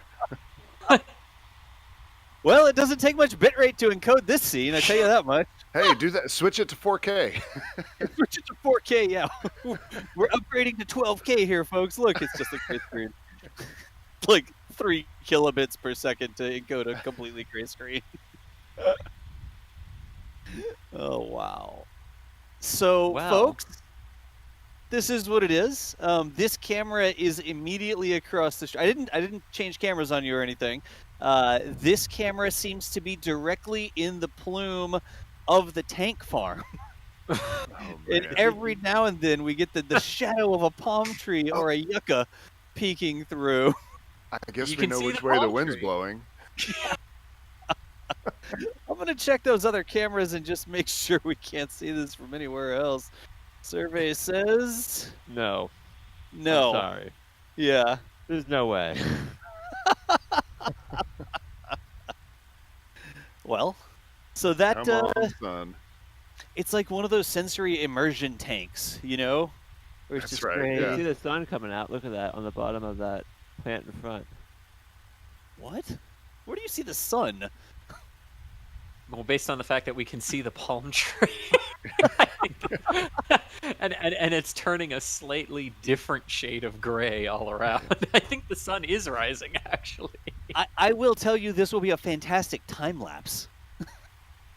Oh, Look at that yes. plant in front. Is the sun? You can even that is not the sun hitting that plant. Am I crazy?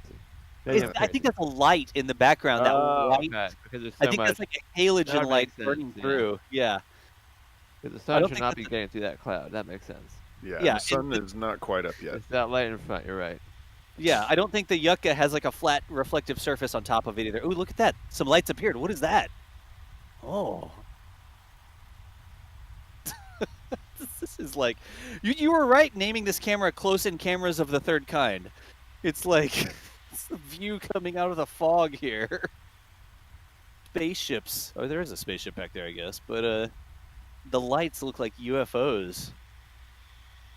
Watch, it's going to be like a Penn and Teller trick where the fog's going to clear and Starship's going to be gone. Oh yeah. We moved the Statue of Liberty. The restaurant actually rotates. Well, we have people in chat asking if we can call this the fog cam. Yeah. Fog cam. Plume cam. It's Texas right there in the fog plume. watchers. Yeah. Again, folks, we are right here. This camera is right across from the tank farm. It's the closest that you can be with SpaceX's permission, and they have given us permission to have the robotic camera in the danger zone here today. But even with that, it is tough visibility. That tank farm went active, and it is tough to see anything. You can barely see the lower left-hand corner. That's that wall, that dark container wall with a black sheet on the edge of it. Tank farm. You can see the tank farm again. Yes. Look! Oh, it's still there.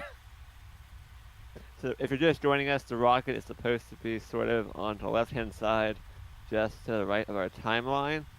So keep an eye out there if we can get a glimpse of Starship through the fog.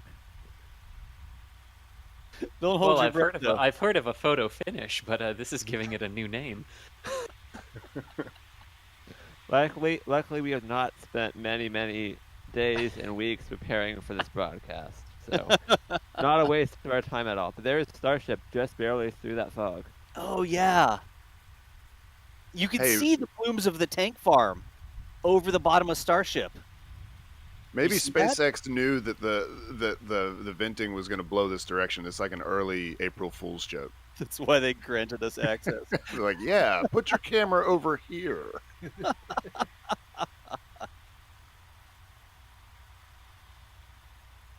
It's part of the experience, folks. This is true Hey, guys. Texas tank watching. Oh, hey. We may have Jack in there too. Jack, how you doing? I'm doing good. I can't see anything, and all of my equipment is literally dripping from the Oh, humidity geez. and fog. But yeah, I'm doing good. Good morning, everybody. Hey, Jack, could you Jack. turn your mic up just a bit? Like, give me, if you're on the headset, just get a little bit more gain on the field amp there, if you could. You're coming through a How's little that? quiet. Is that a little bit better? Yeah, there you go. Thank you. That's a little bit better. No problem. No. Sorry to.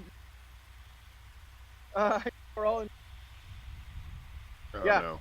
Hey, good luck to Uh-oh. everybody that's see this. And yeah. We Yeah. get to Look, see it. robot. We hear some Jack in there, y'all. Jack, if you get that other comms tower set up, you might want to switch to that because you were just breaking up pretty bad there. I just There's saw actually a- another. Oh, There's go ahead. actually a UK comedian from the 80s who did a bit where basically his microphone on stage kept on cutting out just like that. I can't remember his name, but it was like, no, it was his comedy. He actually got on national TV with it. So Oh, that's awesome. there's a future for Jack yet.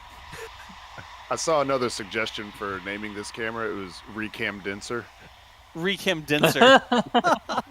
The Recam Denser is I activated. like that. Norman Again, Collier, folks- that's it. We know that you can't see Starship right now. You can hear. That's live audio from across the street at the tank farm. You can hear that the tank farm is definitely activated. But the weather conditions there this morning, this is the closest the camera can be, and we can't even see the palm tree anymore. So we will see how our gear handles this. We're still a couple minutes, like literally like 1 or 2 minutes from sunrise. So cross your fingers, y'all. Hopefully the sun comes up and starts burning this fog away. Yep.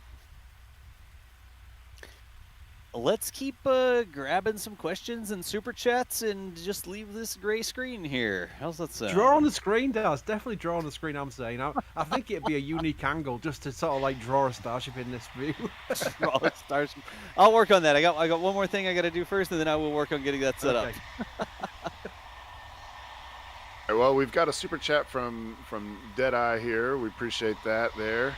And Dalek, now this isn't necessarily Starship related, but I think Chris, either of the Chris's might be able to answer this. Why is Crew 1 Dragon relocating? Yes. So basically, the Crew 1 Dragon up on orbit is on the forward docking compartment of the Harmony module, and that is the preferred docking port for arriving vehicles at the International Space Station on the U.S. side in terms of docking capability. Why is when that? when they carry humans, and that is because it is more efficient from a propellant perspective to dock along what is known as the velocity vector. So if you have the International Space Station, right, like just think of it as a tube, right, for this purpose. Okay. And basically basically that tube, if you lay it out horizontal, is the direction that the vehicle travels as well, right? So you're sort of head on in the direction of travel. And it's easier for another vehicle to come up underneath it, come underneath, and then hook up in front of it, and then slow down and let the station basically catch up with it, right? So the vehicle Right. that's actually docking stays stationary relative to the two, slows down, and the station actually is the one that comes in toward the docking port to dock, right? So basically all you're trying to do on the vehicle that's actually docking is just maintain proper alignment, but you're on the same velocity vector, right? You're traveling the same way. You can also dock, you can also keep the station in that same orientation, and you can dock to the top or the bottom of it, right? Not one of the ends. But in order to do that, now you as the active vehicle have to burn more propellant because you're not only trying to push down into the vehicle, but you need to keep your velocity the same too. And everything in space is about velocity. So it's actually more efficient to dock along that velocity vector. And the easiest way to accommodate that for new crew vehicles is to simply move the one that's currently there to the other port on top, because that's just a simple little relocation. You back out from the forward part, you roll, you sort of fly 90 degrees around the station to realign, and then you come back in. But we just try to make it as easy as possible for the newly arriving crews as that we can. And it's the same thing that Russia did last week on board the International Space Station, or a week and a half ago, when they relocated the Soyuz MS-17 crew vehicle from one docking port to another, just to make it easier for the new crew that was coming up. So yeah, go ahead, Michael. Yeah. I have some maybe good news. Gene from South Padre replied to my tweet asking, I was asking Elon to hold the launch so we could see it. Gene replied to me that he was just leaving the launch site area, and as he was driving out, it went from totally foggy to crystal clear. And he thinks it's going to clear. So we'll see what happens. I don't know which way it's going to go, but if it clears, it's going to clear rapidly, and there's going to be a blue sky above it. I'm gonna leave it on the beach here while I watch this, but at least this gives some sort of context. Like there's a little twiggy stick thing in the corner. But I am watching all of these. It is. It's a twiggy stick thing. I know. I'm watching all of these cameras, and I will switch to them as soon as we get any visibility anywhere else. Yeah, I don't think the focus is liking that. But why don't you switch off of this camera, and I'm going to look around and see if I can see any clearings from this camera. And if I find something, I will report back. Here's one that also has some ground visible slightly. It's this much. Oh, there's a bird. And a bird. Here's a super chat from Lars. Will it be possible for Starship to return from Mars completely on its own without any tankers or a booster? There will be no booster. Starship is able to come back with no help from a super heavy, and I believe also with no help from a tanker as well. Is that right? Should be able to refuel on Mars. That's the idea anyway. Gather a bunch of methane. That's the idea. Yep. And oxygen from the atmosphere and fuel it up and come on home. It's just because Mars has about 1/3 the gravity of Earth, and actually, we wouldn't even be talking about boosters if Earth wasn't just so big. So from Mars, you just take off and come on back. Well, I was unable to find any signs of clearing from our remote camera out there, but hopefully the clearing is on the way. Yeah, Michael, back that camera off a little bit, because I like how it's got that effect where you have the Blue Ridge Mountain sort of effect, and you've got the green grass up close, and then you've got off in the distance the other dunes. Like, just give us half a screen of the green grass there if we could. There we go, just to show that we do in fact right, have. Not ready. There we go. Okay. 1 second. Wait for it to adjust. Yeah, that looks good, I think. Let's see here. There we go. So we've zoomed this camera out. This is actually the conditions over at the beach. And you can see the sort of distance there. The further you get away, the less visibility, I guess is really the right way to say it. But we are continuing to watch all of these cameras and listen in. Those are live sounds from the tank farm. We actually see the fog clearing right now from Mars Cam at the village. We can't see the rocket yet, but I can start to see the ground in the foreground. So hopefully, fingers crossed, this is going to clear. Yeah. Hey, the same thing over at the production site. I'm getting a little bit more visibility of the onion tents at the production site as well. So hopefully, chat, keep your fingers crossed.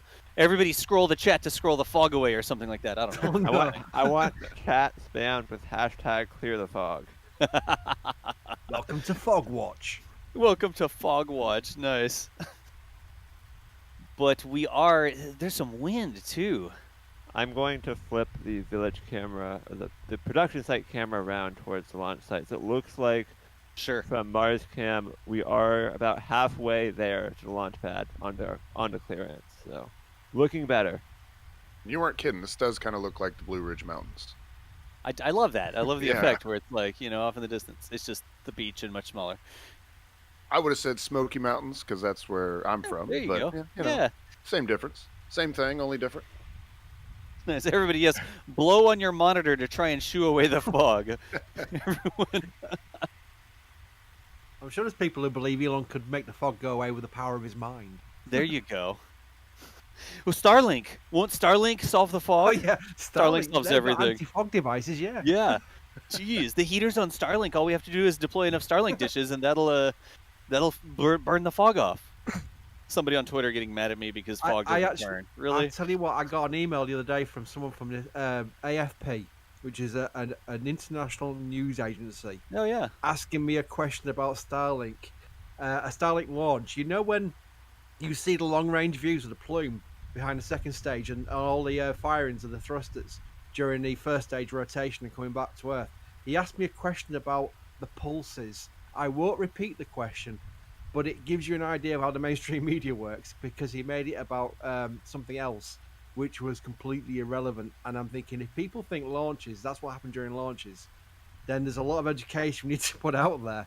I'll tell you one on the Bachelor. I don't want to say it over air because it might get us cut off, but it was ridiculous. It was stupid.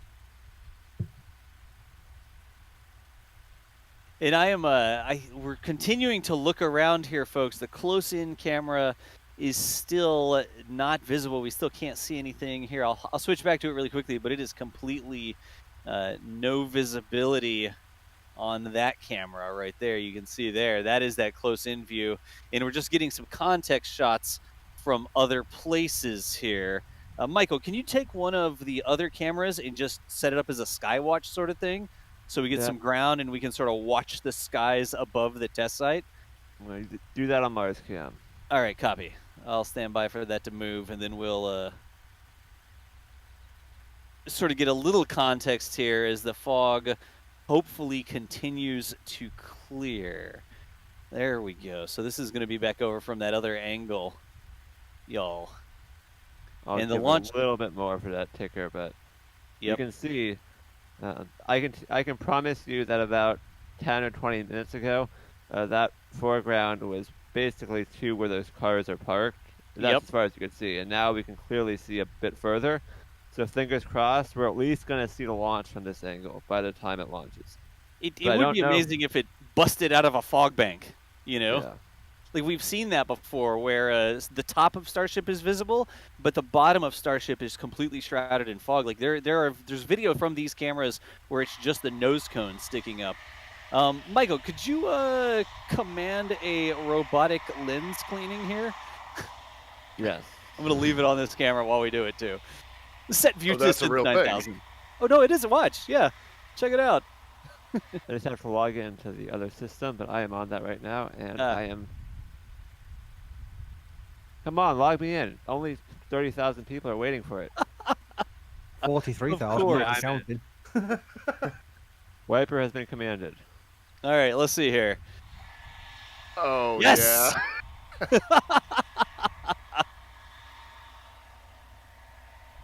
There we go. 43,000 people are watching the fog. Thank you all for tuning in, and we're hoping the fog is going to clear in time. And watching the windshield wiper on one of our robotic cameras go. Clip that and put it on Twitter. Yeah, this is one of our tracking cameras, folks. This camera has some really nice remote control capabilities, really fine control of the servos, and Michael's written some software that does custom tracking. And so this is one of our active tracking cameras, and it doesn't matter if it looks up. If it gets rained on, it actually has the wiper there to wipe the screen on. It's got a little hood as well. Oh, look! It's a palm tree. Ooh, palm tree's back. Briefly, a palm tree and a yucca. Oh, come on, really? Again, folks, visibility is tough out there. We are waiting for it to clear. That sun is getting higher in the sky. More heat or energy, or I don't know, I'm not a meteorologist, is ending up down there on the surface. Hopefully going to clear this out for us. But we are live. We've been live from early this morning looking at all of our different camera angles here, hoping that Starship doesn't launch until we can see it. How's that sound? I can try to hit some of these super chats real quick. Yeah, we have, go for it. Yeah, Cole says it's $5 for the NSF CubeSat fund, and there you go, put it up there. And then we also have Agent Hambo with $2 Australian, some spare change for your CubeSat project. Earlier we were joking, maybe not joking, but talking about the possibility and how cool it would be to have an NSF CubeSat just looking down on Earth. That would be pretty neat. That would be cool. Yeah, let's see. Burning Skin says, here's a small step into making NSF multiplanetary. That's 10 BGN. I'm not sure what that is. I think you guys probably do. I don't know. BG, I don't know. Yeah, I don't know. That's okay. We have a couple new members. We've got Brandon. Thank you very much for the support. We've got Leslie down here. Thank you very much for the support. We've got Brian Martin. Thank you for the support. And we also have Chad D. Thank you everybody for that support. Oh, here's a few more. We got Shelby. We've got Lucas. We've got C. Folliard. I don't know if I'm saying that right. And Captain Black Eagle. Let's see. We've got Steve Morton with a question. Apologize if answered before, but how comparable in size is first stage of Saturn V and SN11? What are those dimensions? So just the first stage is what they're asking about? First stage of Saturn V? I'm going to try to Google that. While you Google it, the funny thing about that is Saturn V is the booster, whereas SN11 is the upper stage. Right. So you remember, Starship is literally the spacecraft. It's the upper stage. Whereas the BM1, for example, in the high bay right now, that's the booster. So you want to compare, really, the Saturn V, which only had the very top part, the very, very, very top part, which was Apollo, on the launch board system, at the very tip of the rocket, and compare the Saturn V with the booster, and then maybe with SN11 on top, let's say, a Starship integrated, a future Starship integrated on it. And it's taller. So it's taller than the Saturn V when it's an integrated stack when you compare apples to apples. And turns out Starship, just the Starship, is actually taller than the first stage of Saturn V. Saturn V coming in at 42 meters or 138 feet. And if I'm remembering right, Starship is 50 meters? Yes. Yeah, about 50 meters. And then when it's sitting on the test stand's about another 10 meters. So as we see it, it's 60 meters. But it's 50 meters for the vehicle itself. There.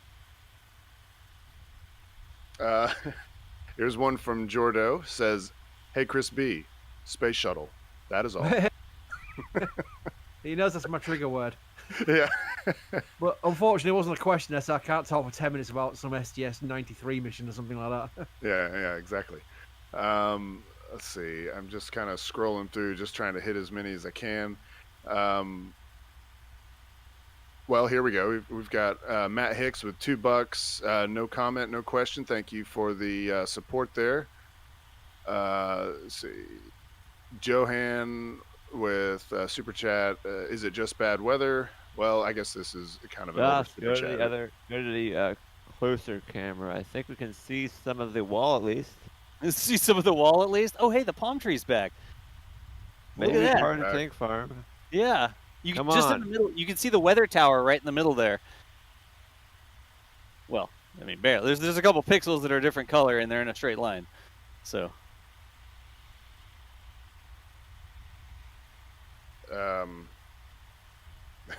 I like this one.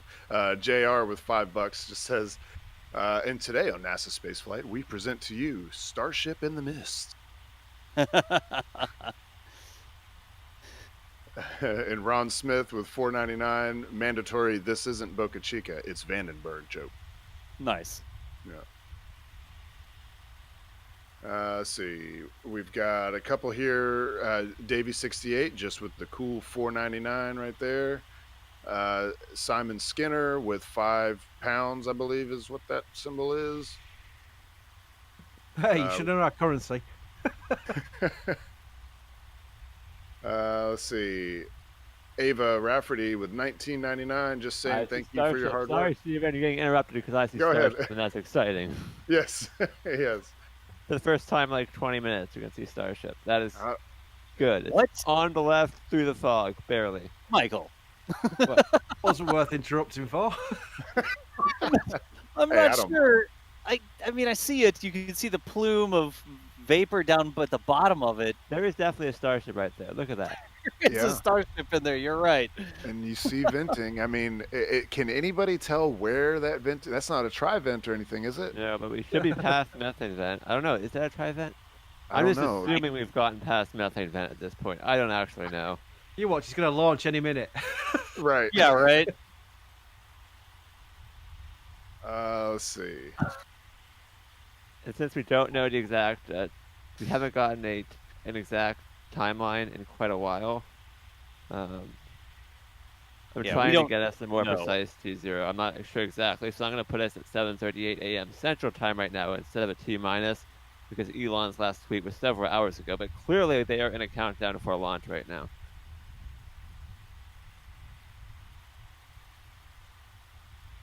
All right, let's see. Well, this is an older question from I guess about an hour ago, but it's pertinent now because we're getting kind of close to a potential launch. Plan is to relight 3 engines, then land at 2? And we do believe that that's the case. It could be just landing on 1. We're not sure.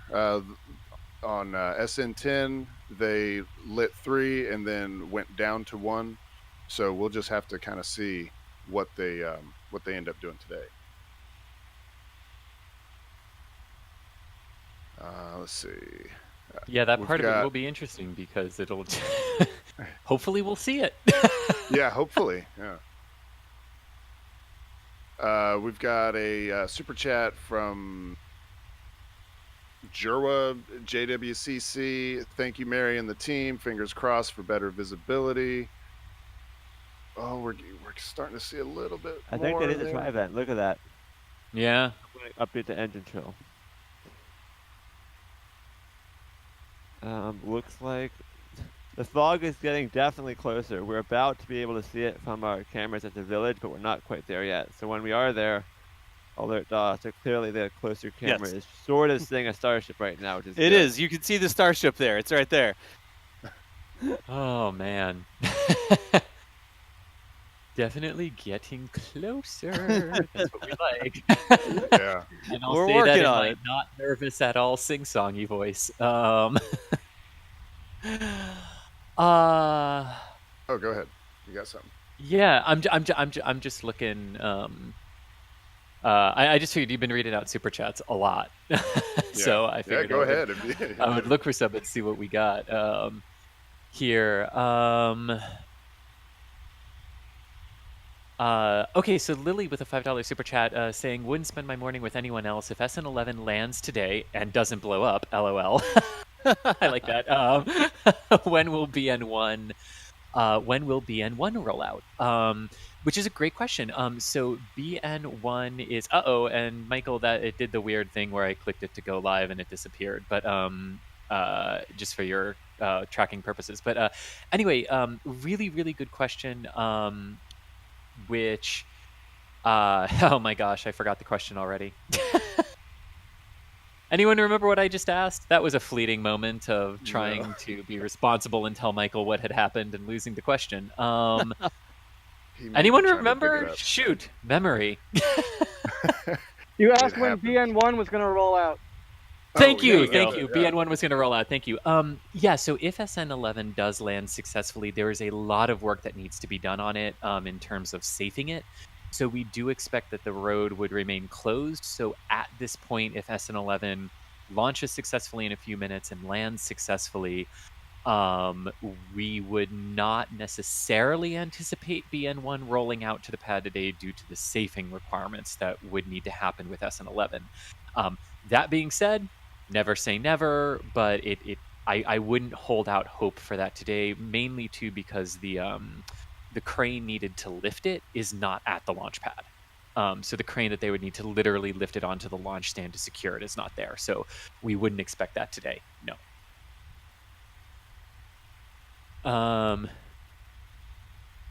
Definitely see the big plumes. Yeah. Like there's plumes going across the screen, and every now and then there's a little bit of Starship in there, but you can see that the tank farm is really going. Chris, to add to that a little bit, Tankzilla is actually currently on a transporter at the build site, ready to roll. I assume that's to pick up 11 in case 11 actually lands, so they can recover it as fast as possible. But I guess it would make sense if they left Tankzilla at the pad to lift BN1 or do whatever, if it is in fact ready. I think when I was there yesterday, the scaffolding around the weld area between the two halves is still there, and kind of an indicator that they're ready to roll BN1 will be when that scaffolding gets removed. If that's still there, I wouldn't expect it to roll quite yet. Gotcha. Here's a good question too from Mike with a $5 super chat asking, will SpaceX's design and test philosophy need to change for Mars landings? You can't rapidly iterate when there's a 7-month lead time to get there.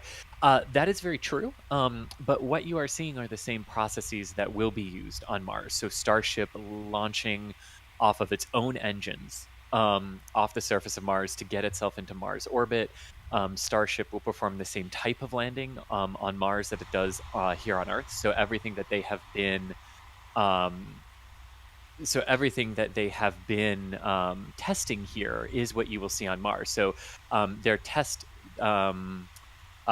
design and test philosophy is already accommodating to the fact that you can't do that type of rapid iteration that they might want on Mars. They want to really understand it because they want to have a good system. They want to have a good system when they do go to Mars. So that is that. A great question there. Patrick with $5 saying we all might not see, this was about an hour ago, we might not see anything today with all the craziness, but thank you for all you do. It makes working from home way better. We're happy for that. It makes working from home better for us too. I can say. Christopher with a £5 super chat saying, hey, it's me again from the Death Star. How are the weather conditions today for SN11? It's a good thing that SN11 does not require visibility because we would have issues if it required full visibility. They can launch and land in fog. They are designed to do that. So we are just really hoping that the fog burns off here in the next 15 minutes as they head toward an anticipated liftoff here toward the top of the hour. There's that. The wind is not a concern. That we know of. It's really just the fog, and even that's not a concern. It's just a concern for those of us who would like to see it visually, but it's not actually a concern for the overall flight, from what we understand. So, yep, and you can see they're about 14 minutes away if everything continues to go to plan.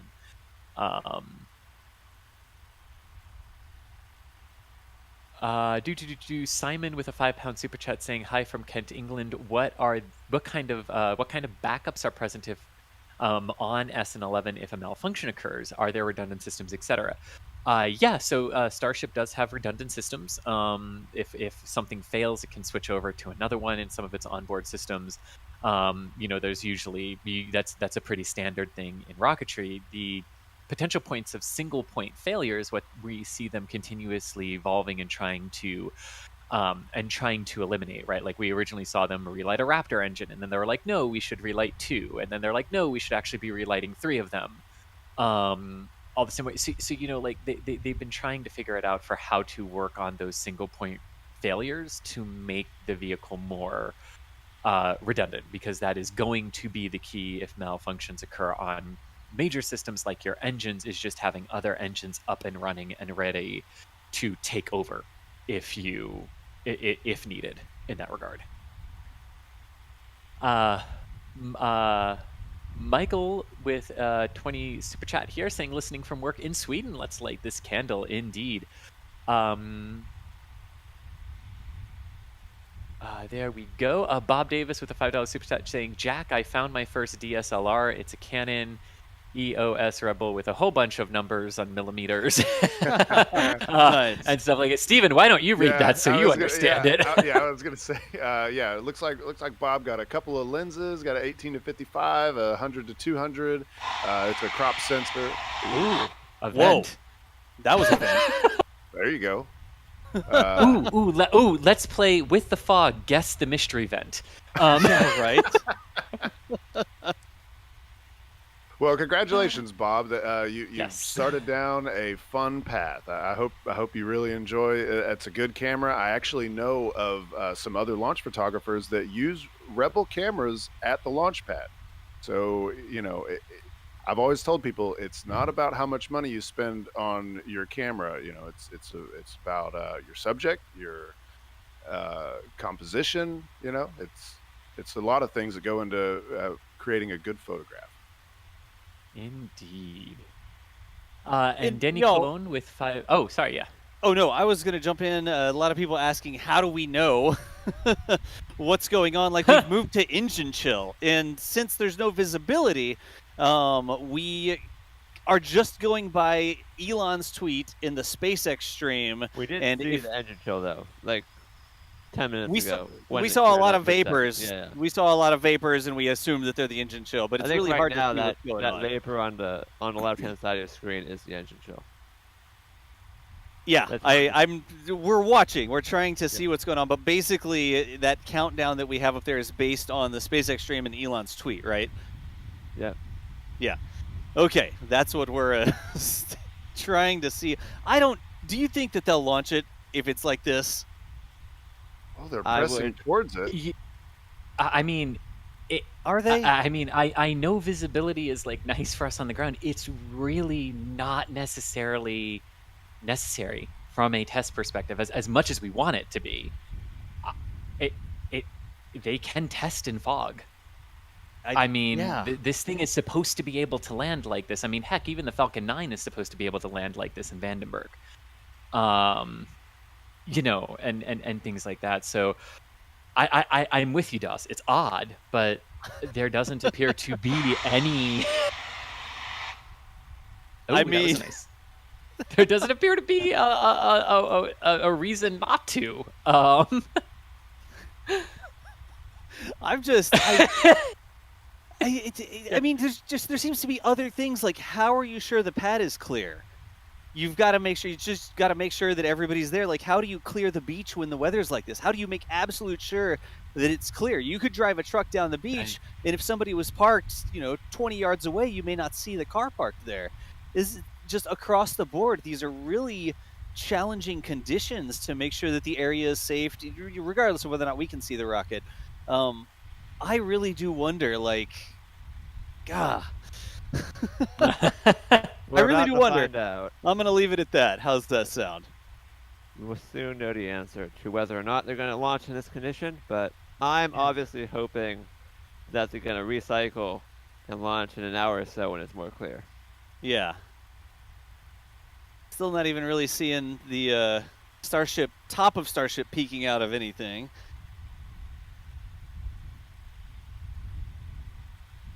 We're going to see.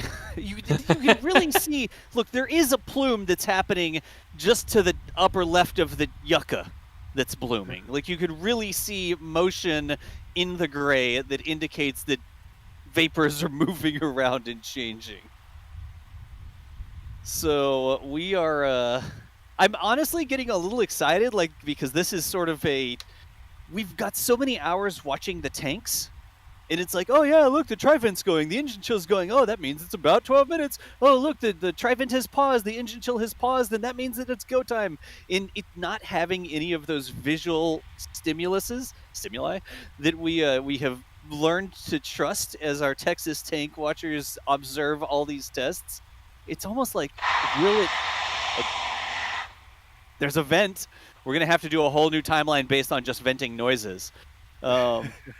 Is the screen going to turn orange all of a sudden and the Starship's going to take off? Like, who even knows at this point? Sorry, I've got some adrenaline going over here, y'all. I don't know if you can tell. I don't know if y'all worked that out. Okay, so we still do not have any official T0 to report other than what Elon tweeted and what we've observed. So I'm going to move our timeline back to local time because I don't want to say it's T-minus 7 minutes and it launches in 2 minutes. This does not mean there's been a hold or any kind of issue. It just means we don't know exactly when in the next 5 minutes there's going to be a launch based on a lack of recent official information. As soon as we get official information from SpaceX, we will bring back our T-minus clock. We're flying blind here, chat. We're flying blind. Like, quite literally.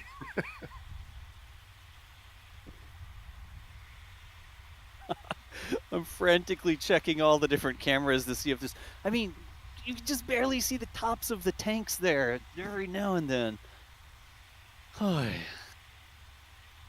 like this super chat here. €5 from Jory says, you guys better start designing your own spacecraft. We need Jack and Mary on the scene when the first crewed Starship lands on Mars. That's great. And it did that thing where it didn't pop up there. Sorry about that, y'all. It happens. Yeah, these things happen. Sometimes, sometimes super chats don't show up on the screen. Sometimes fog shows up and we can't see Starship. All kinds of things can happen. You never know what you're going to get when you tune into a NASA spaceflight stream here, I guess. Right. It'll be a good time, though. In Indy, it's always a good time with us. What are we talking about? Always a good time. It's always a good time. I'm so happy that palm tree is waving. I know, right? Go ahead, Chris. Let me keep running through some super chats here while we wait for more information. Really quick, Chris, can you actually check the back channel, please? I have an important message for you. Gotcha. King Under the Stars. Oh, go ahead. No, go ahead. Okay. Go ahead. Yeah. King Under the Stars with $10 just said, so is Elon going to work on a FTL bubble drive? I don't know what a bubble drive is, but I see an LOL drive after that. So, oh, I gotcha. Yeah. Okay. So, well, I see an LOL, so I know that that's not serious. So good, because I don't know about that. There we go.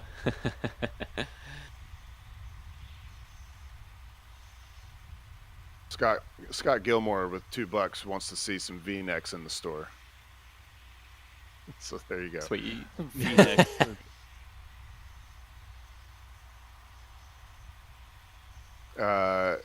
Captain Spanky with $4.99 says, so win palm tree hop. Win palm tree hop. Thank you guys for an entertaining and informative stream. I love to watch history being made with y'all. Well, we appreciate you being here. Let's see.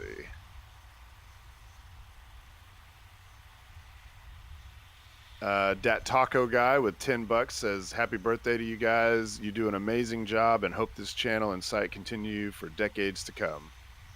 Thank you very much, Dat Taco Guy. We do too. Yeah. And we're going to focus in on the launch now as we approach what could be about 4 minutes from launch of Starship SN11, possibly less. We are expecting an official update from SpaceX here momentarily. Yes, we are at 4 minutes. Yep. We are at 4 minutes and counting. So all okay. is doing well. Yes.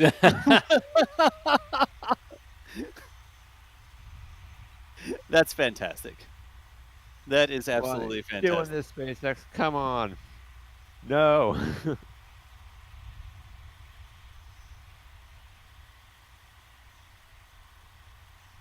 Whoops, I just clicked the wrong button. Sorry about that.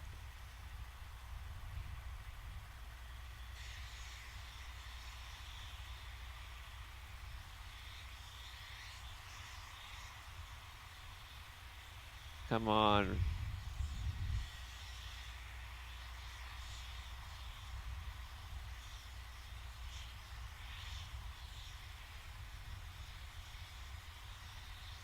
To this, we're going to have the spreadsheet folks listen to the sounds and try to determine what each vent sound is for the future.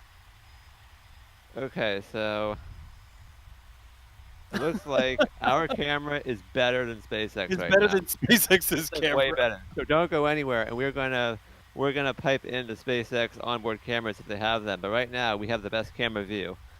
So theirs is all blurry.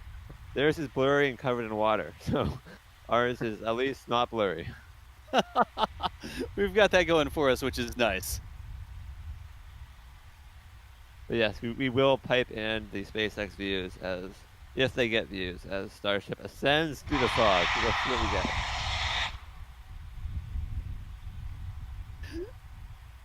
Really quickly, I'm just going to run a little bit of a test here. There is that official clock.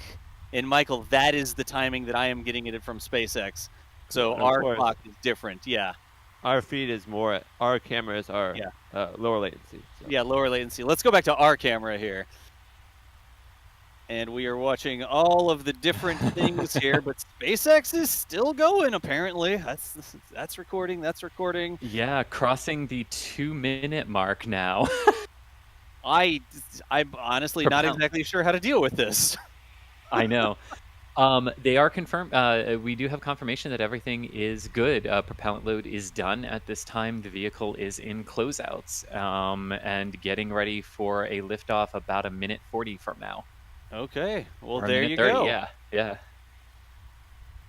Yeah. Michael, be prepared on the tracking camera to look up. Hopefully it goes... Yeah, hopefully it clears out, and as it gets higher, maybe it'll appear up there somewhere. So maybe stay real wide and then be ready to acquire that if this thing actually goes. Yeah. Yeah, crossing 1 minute now. Things still okay on the countdown. I literally don't know what to do. How many people are watching us right now, by the way? Oh, geez, that requires a click that I don't know if 69,862. There you go. Good. All right, we are under a minute. Everything continues to look good here. So I'm going to stop talking, and about 30 seconds to go. I'll chime in if there's anything else to say. We've got that real-time audio, and that's being recorded on a separate channel as well, so we can listen to it after the fact. This camera you're looking at is about 500 to 600 feet from the rocket, which is on the left-hand side of the screen right now. You can sort of see the outline, I think, if you look carefully. Yeah, just above the railing and the 3 yuccas. But unfortunately, we may not get very many views of this very exciting launch, but we're going to hear it. Here we go. Here we go. Of course, our count. All right. Okay. Did it launch? Okay. All right. It lifted off. Did it? It did. Are you sure? It has lifted. It has lifted off. Yes. Yep. It is climbing. Okay. They are 11 seconds into the flight. Yes, they are 11 seconds into the flight. We have 3 good Raptors up and running on board Starship SN11 as it climbs.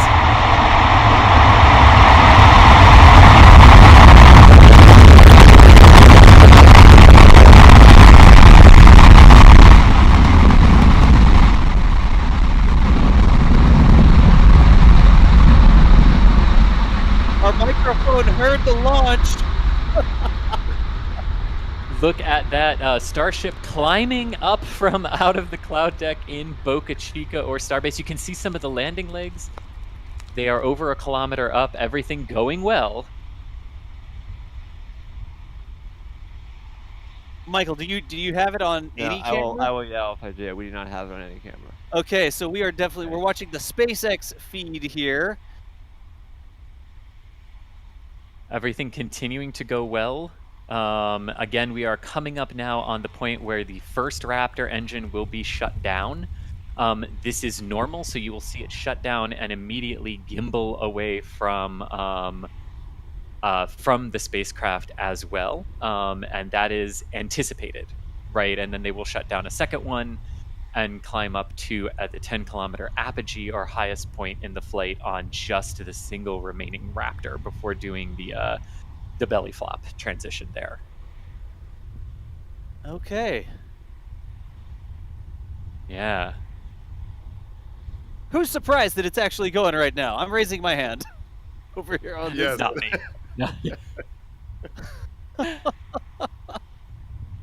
Not me. This is the flex. They can do it in any weather conditions. All right, here comes the shutdown of the first Raptor engine, so we're going to be ready for that. Alrighty. That view is amazing. Look at that. It really is. Look at that. So cool. And here comes the shutdown. You can see the one Raptor shut down, the other two gimbaled to compensate. Yep, that's expected. They have a confirmed good shutdown on that engine and a good remaining two. And you can see they're throttled now. You can see how much wider the expansion cone is on those engines, not just as they have climbed higher into lower air pressure, but also the throttling capability of the Raptors as well is in view here. And hey, I know both Mary and Jack, I know y'all are both pushing feeds. I do copy that, and I'm watching y'all's feeds as well. It looks like neither Mary nor Jack has visibility. All of our cameras don't have visibility, so we are watching SpaceX's on-vehicle cameras here, y'all. Looking down at the plume and the cloud cover, the fog layer that Starship SN11 just launched out of. And they have passed 7 kilometers in altitude, so they are continuing the ascent on 2 engines. All is well right now. And here we go. Coming up, we have a shutdown, confirmed shutdown of the second Raptor engine. So they are on the final one and coasting up to apogee. So some things that will happen here. That remaining single Raptor engine will do the reorientation to the belly flop maneuver, and will around the same time that they also transition to the methane and liquid oxygen header tanks for the landing burn. And that will happen right around the same time that Starship reorients to its belly flop orientation. And it looks like SpaceX there has lost vehicle video, so we're going to look at a palm tree.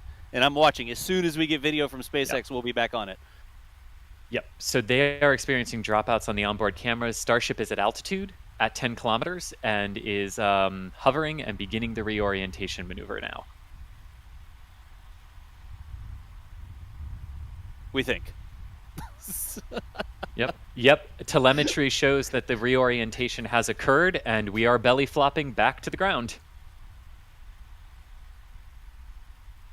So basically, if you are just joining us, okay, then here come the...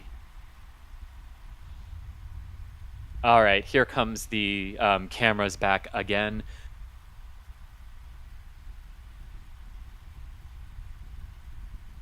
Yep. But Starship is belly flopping, and they have good visual on it now. Starship is belly flopping. It's 6 kilometers in altitude and falling fast back toward the ground now. You can see the aero surfaces moving there, and those vapors are from the engine section. So this is impressive. Look at this. Look how it rolls itself. You can tell it's horizontal because there's blue sky above and then fog and clouds below. That's how you can tell. And they actually just confirmed over the audio loop that it's cross-ranging as they had expected it to be. Okay. This is good. So far. So we should be about a minute from the landing now, give or take. 2 kilometers in altitude, maybe a little bit earlier than that, but here we go through 2 kilometers. So we're going to have a reignition of all 3 engines, and let's watch and see what happens with the landing. Okay. They're at 1 kilometer in altitude, so here we go. Engines are getting ready. Here they go. There was an orange. Look at that. Whoa!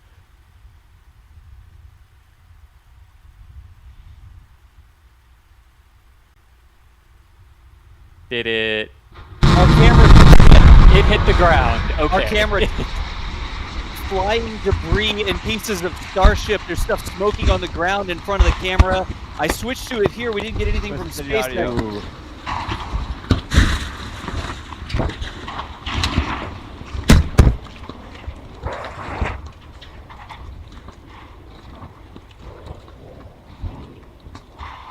There is debris actively raining around the camera. You can hear it on the mic. There was all sorts of pieces. You can see smoking pieces directly in front of the camera right there. That white thing down on the ground was not there before, and there was dirt flying. You could see Our the camera impact. framing moved. The camera got hit by something, Das. The It framing did get hit by changed. something. Yeah, I was watching it live, and something hit the camera. Luckily, the Can you camera guys- was okay. Can you guys hear me? Jack, we can Yeah. hear you. That.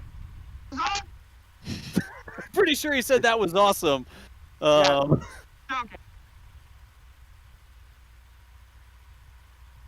All right. Well, okay, hang on, Vince. Let me. Lost the clock at T plus. It has been a quote exciting test of Starship SN number 11. The confirmation from SpaceX that it went boom. They do not know. They don't have any other information right now, but the clock stopped at 5 minutes 49 seconds mission elapsed time. and we're working on pulling replays off of this camera here right now. I was watching it the other thing. We had the SpaceX thing, and then it froze at 5:49 is where we lost it, just like you said, Chris. But Which is this where they lost it camera to, yeah. had an exciting time. Let's put it Yes, that it way. did. And it's still there! It's still there, thankfully. Now, I wanna check in. Jack and Mary, I know both of y'all are in comms listening. Are both of y'all good? Like, did y'all hear that? Any indication? I just want to check in. Jack said it was awesome. Mary was in a different position. So, Mary, if you're there, could you check in text to just let us know that you heard that and you're good to go over there? Okay, Mary said she's just checked in and she said she heard it, but she couldn't see anything. Okay, we had Jack and Mary both out there, y'all, and that was definitely it came in hot somewhere around the facility here, but both Jack and Mary have checked in now. Good deal. Sorry, I wanted to make sure we were all good there. And to just sort of walk through now that we know that Mary and Jack are good. We knew they were because they were outside of the blast danger zone, but we always check in with our people on the ground. Yeah, absolutely. So just a very brief recap from what we know. 9 minutes, 22 seconds ago, Starship SN11 lifted off from Pad B, suborbital Pad B. It climbed as expected under the power of 3, then 2, then 1 Raptor engine. It reoriented to the belly flop orientation and successfully navigated itself through that element of the landing profile. However, what we do know is that at least 1 Raptor engine lit for the landing burn, but the video, the time codes, and everything that SpaceX has said stopped right around that point at T plus 4 minutes and 59, or like 5:49 or something like that, mission elapsed time. So no real firm understanding on exactly what happened. Of course, we didn't have visual on the vehicle because of the fog when it happened, but did look like 1 Raptor engine lit for the landing, but that something went wrong after that point. And of course, we heard and saw our camera there at the launch pad getting hit with some debris. I'm getting the footage right now. The camera was taking hits. No, the camera. Yeah, no, exactly, yeah. and there's shrapnel pieces flying in front of the camera. Yes. Pieces of stainless steel going by. There was huge plumes of dirt that were getting picked up, and I am not sure that the solar array in front of our panel is alive. Yeah. There was there's 200 watts of solar pointed at south, and we're north of the pad here, and I am betting you dollars to donuts that those solar panels definitely took a hit. Not that they're doing much right now. But... Thank you all for the super chats because Yeah, I might have some new solar panels to buy. Yeah, I heard a thump that sounded like when you actually tap a microphone. Yeah. I don't know if that was when it got hit, but that when I heard it, that's what it sounded like to me. No, there was like there was dirt. It looks like stuff was hitting the dirt around the camera, and there were plumes of dirt spew. It looked like bullets hitting around it and hitting coming into the camera lens. That audio was incredible, Doss. That really was. The crash audio. Oh my god. It was just nonstop like explosions and whatnot. I mean, not like a big explosion, but it sounded like lots and lots of continuous small explosions. Yeah. We recorded that separately as well, so we'll have that clean audio recorded on. Yeah, this server right here was recording that. We're just gonna have to publish a video with just this camera and the raw audio as our flight test video. Yeah. Instead of the normal 10 different camera angles, amazing tracking footage. But... Okay, that's good to go. All right. Wow. Good times. Well, I mean, exciting is the correct word. Oh my I think this has been a learning experience for all of us. We know that they will launch with zero visibility. Yeah. So let's. I think what I actually want to talk about now is let's talk about this, because we do talk a lot about it's a test campaign, but I think it's also fair in terms of all the other systems that we talk about as well to say they're going to need to see what happened on this one, but to me, this is a more concerning failure than the other ones. We do talk a lot about, early on, like you can have flights that you get lucky, right? And there might be something that's a 1 in 10 failure that you just don't know about until you start flying. Entirely possible. And I don't want to speculate as to what went wrong, but, they seem to have been making some slight progress, right, along the way. Like, oh, we had a pressurization issue, so we went to fix that. And then we had a Raptor issue, so we went to fix that. And then helium got ingested, so we're looking at that. I don't know, but based on where this failed, though, this would be slightly more... this, to me, strikes me as slightly more of a big deal in terms of how they're going to test going forward. And, of course, without knowing what changes are coming to SN15, etc., we can't speculate, but eventually we need to see these things land successfully. And I know it's only the 4th one, and this is very different from how we've been doing, but I think this might. They're going to go look at the data, but this is one that makes me wonder if a larger change isn't coming, because something clearly isn't working here with the flip and burn. The one thing I will say, Chris, is that SN15 has a lot of upgrades related to propulsion. So what I've heard is that SN15 has a lot of fixes already from the lessons learned. So hopefully SN15 will be more reliable. And also, one thing I will say, do not go anywhere yet, because this fog is going to clear. We are not allowed to move. We are not allowed to move this camera around, or else, of course, we will be checking out where the debris is. But we're obviously going to respect the rules of this camera. But our other cameras, which are not on SpaceX property, we will, as soon as the fog clears, we will look around and see if we can tell where SN11 came down. Yeah.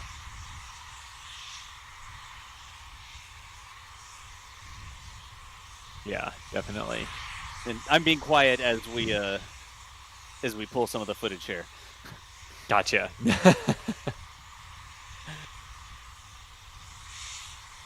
Wow. Yeah.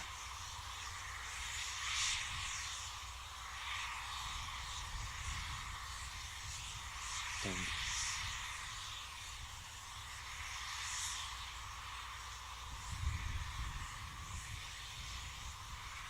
Could anybody give me a time that happened? Like, what time exactly did that occur? Roughly 5:49, I think it was. I think that's right. I think it was 5:49. Was when it froze. Yeah. Sorry. The local time that it exploded. So you're looking about 10 it minutes should have been. ago. Yeah, 10-ish minutes ago, 9:05, 9:06, or sorry, 8:05, 8:06 local. 8:05, 8:06 local. Thank you. I get what you're doing now and why you're asking no, the I'm question trying that to way. find. Yeah, Sorry.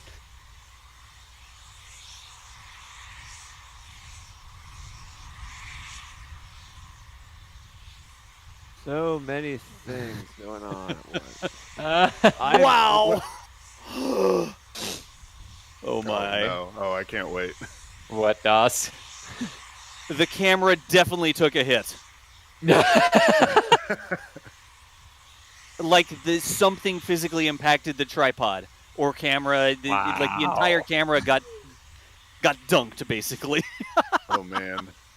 We're working on it. We're going to get this here. Well, once the area has been cleaned up and deemed safe and they open the road, I think Jack and Mary will have some damage assessments to do. Yeah. Yeah. Yeah. We're working on that right now. Oh my gosh. The camera's still fine. Both the camera and the microphone are still live right now. Yeah. They are ticking. Signal is fine. We didn't even drop signal on this. It was like perfectly good signal the entire time. Yeah, I was wondering if the Raptors were going to disrupt the signal, but the entire time, like you said, it was fine, and even on that anomaly with the debris flying, the uplink stayed strong. Yeah.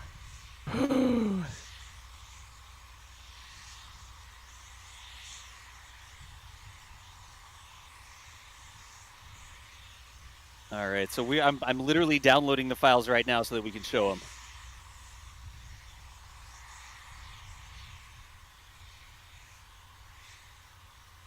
As everyone waits with bated breath. Yeah, really. I know. Jeez. Like, I want to see the impact force based on how you laughed. I'm just saying. I was watching everything, and we were on the SpaceX feed because that's what we could see. But the camera definitely took a hit. Like our camera definitely took not a direct hit, but there was some splash damage that occurred. At least. Gotcha. Love it. There were a couple. Oh, go ahead. I'm gonna be AFK for a couple minutes. I'll be back soon. Okay, I am almost positive that the solar panels are covered in dirt from something that hit nearby. There are a couple super chats that are directly mentioning equipment replacement here. Sasha Flies with $10 towards solar panel. Let me see. Andrew with $20 towards robot solar panel fund. We appreciate that. Yeah, thank you.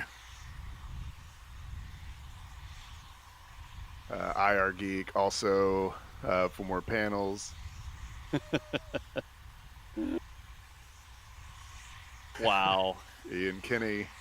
Yeah. Thank you guys. We really appreciate that because it's possible that some new equipment may be required. Well, you know something? The thing about these robots is that the solar panels, we picked them up from Harbor Freight. Oh, We didn't go and spend $2,000 on all these expensive batteries and stuff like that. It's like, man, going down to Harbor Freight, buy some solar panels and a zip tie, set of zip ties, and let's get this thing done. God, it's the video's coming down. This is gonna be a good time.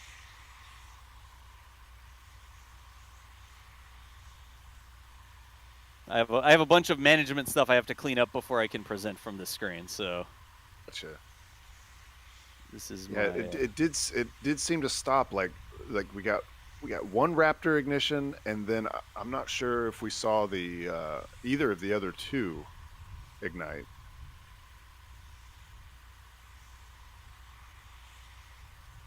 All I can say is we got super lucky.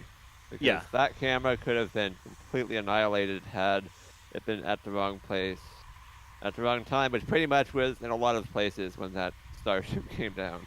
I'm telling you, after we get the video, we're going to call this Danger Cam. Sorry.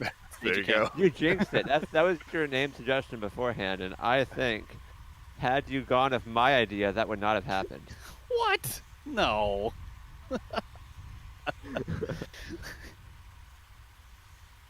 I'm trying to see because on our tracking robot, I did not see anything until the end. I thought I saw a flash, and I need to double check the recording I was taking because I think my initial reaction was that flash looked like it was above the ground, but I need to go back and watch. I could be misremembering.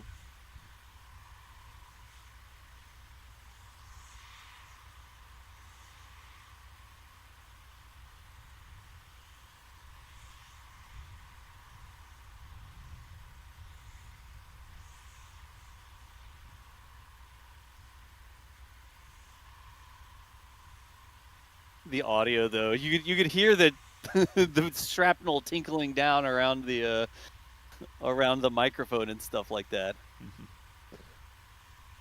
I think, Michael, you're right. I have the big multi-view. You know what I mean? Yeah. I have the big multi-view thing, and I was able to see the sky light up in orange at some point. Like I saw a big orange. The sky turned orange. Let's leave it at that. Whoa, the Mars cam could not really see anything, but it did have it had one big shake. So Really? sound hit it. So there was at least, that would seem to indicate there was one, major explosion followed by several, but we'll see. We'll see what the audio says.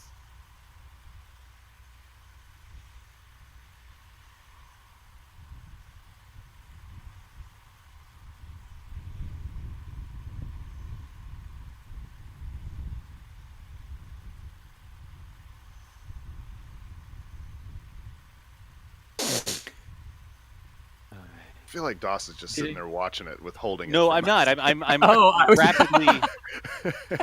I know you're not. I'm just joking. No, our heads went in very similar position or very similar directions, but just different ways. I was about to make a joke on like, "Oh man, did I miss it?" Like when I got up for 2 minutes, like. Oh wow. Okay, I'm just like 30 seconds here. 30 seconds. Okay, no problem. I know everyone wants to see what it's like for a camera like this to get hit with debris. Yeah. I know I do. I've placed many cameras at launch pads, and while I definitely don't want any of my cameras to be hit by debris, I would be curious to see what it looks like. Yeah. All right, that's that. That's all clear. Fire that up. There we go. Let's get the framing correct.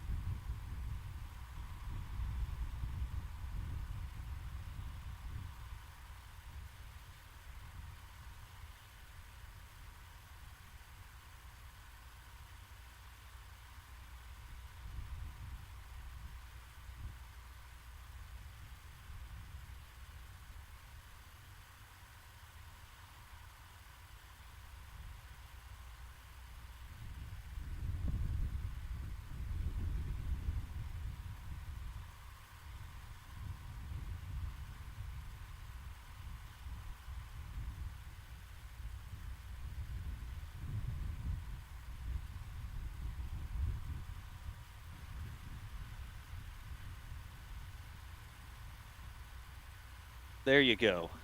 All right. Okay, let's bring back over that other server up here. And hey, NASA Spaceflight, you should be getting the preview back now. It may take it a second to come back up, and let me make sure we're back on the primary here. Go ahead and do this. And that should put us on the primary. I'm just confirming that we're there.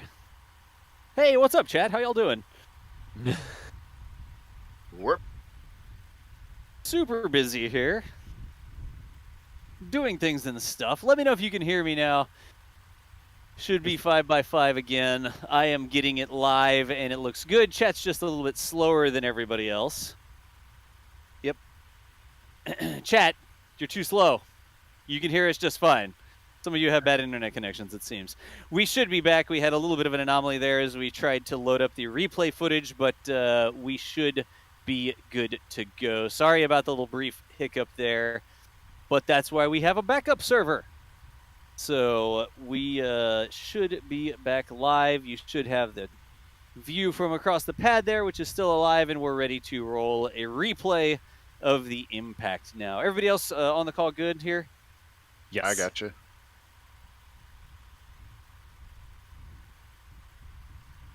All right.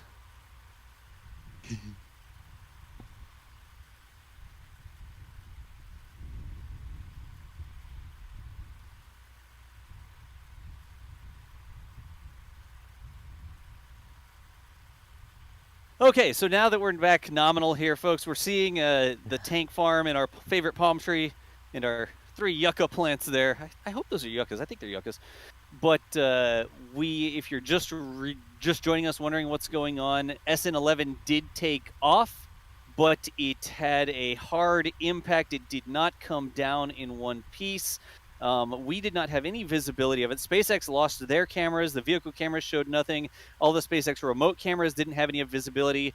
But here is what we got. And Michael, let's get ready to go replay mode if we could. We're going to pull this up. Slightly confusing scene here, but we definitely want the whole thing in frame. All right, I'm actually going to go to the beach cam really quick, I think, just so we have a different background for to our show everything. Yeah, just because it'll be double palm trees, right? All right, so here we go. This is the footage from the NASA spaceflight Danger Close camera. This was right there across the street from the test site, right? Placed there with permission from SpaceX, but this is the view that camera caught, not of the launch, but this is about 20 seconds before whatever happened, right? Let's get that playing. Palm tree is smooth. That's what we like to see. So you'll know when it happens, and then watch, because it takes time for the shrapnel to arrive. But again, this is a replay. This is a replay of the anomaly of SN11. Got some orange. Something happened. Hard to tell exactly where that came from. Here comes the debris. Oh, there's... Whoa! That's where the solar panels were. Were being the key phrase. Yeah. Look at that. There we took a hit. God. Oh, that was the hit. Yeah, because it reoriented There's still pieces itself. coming down. Yep, that was the hit. Wow. And you got smoking shrapnel on the ground. That was not there before. But that is what our close-in camera caught. I'm going to do it one more time here. That plume of dirt, though. The plume of dirt, please. The plume of dirt. Yeah. And is there a tweet from Elon? Could somebody be checking that if there's a tweet from Elon? Looking. Yeah, I'd be surprised so far. Elon says, high production rate solves many ills. Oh, there was... At least the crater is in the right place. So it must have landed on landing zone. Well, landed as in crashed on landing zone. At least the crater's in the right place. Nice. Because what that means is if crater's in the right place, that to me would indicate it's Elon's way of saying nothing critical got hit at the site. which is very important because, man, you hit something critical on the way down, and that could be months to repair it. Whereas if it hit the landing pad, all right, pour some more concrete. There is a pretty sizable chunk of stainless steel that is between the fence and the tank farm here. You can see it cartwheel through the end. I'm just going to keep this on replay here. But that's the flash. I'm not going to say, oh, that flash looked like it was in the air or not. There's the first piece fell right there. There's a big piece. That big plume of dirt. And then watch, there's a big piece of stainless steel cartwheeling. God. Oh, God. And then there's the kit. Like, there's another piece. But watch here. Watch the right of the... There it goes. Behind that cat generator. Yeah. Stainless steel falling out of the sky.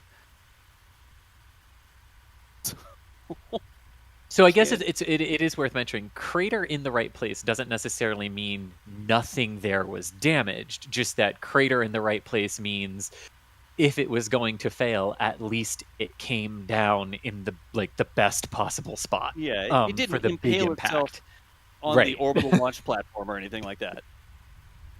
Right, and again, this is based off Elon's tweet saying at least the crater's in the right spot.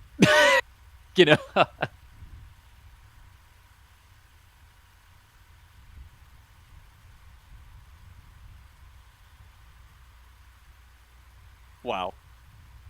Well, we couldn't see the launch from this camera, but it definitely provided an interesting view. So there's a little bit of a flash when the launch occurs. Like it gets orange. Right, and then, right. We were trying to figure out, did it launch? Did it not launch? Was that just like the engines ignited that it didn't actually go anywhere? They shut down. Yeah, And then Chris, you were listening into the webcast and you confirmed that it launched. That's how we knew, right? Yes. I mean, their webcast didn't even show it lifting off. The indication that it had lifted off was when the countdown went positive and didn't stop. I mean, that was literally it. Like, because the cameras that I was watching on the feed, like SpaceX's cameras on the ground didn't even have a visual of it. It was once it cleared the fog deck, we got the internal engine camera, like finally was clear enough to show us the engines. I mean, SpaceX didn't even go to that shot until after it was above the cloud deck. Chris, the Yucca took a hit. Oh, where? Yucca. Look, there's a Yucca standing there's in one the middle, gone. Right Yeah. here. Right here. Look, it takes a hit from a piece of shrapnel, and it cuts the top off that Yucca. Watch this. I really hope those are Yuccas. Wham! Oh, yeah. Dang. Whew. Oh, jeez. I mean, this is literally like what you're looking at. Like, there's a reason we sign agreements.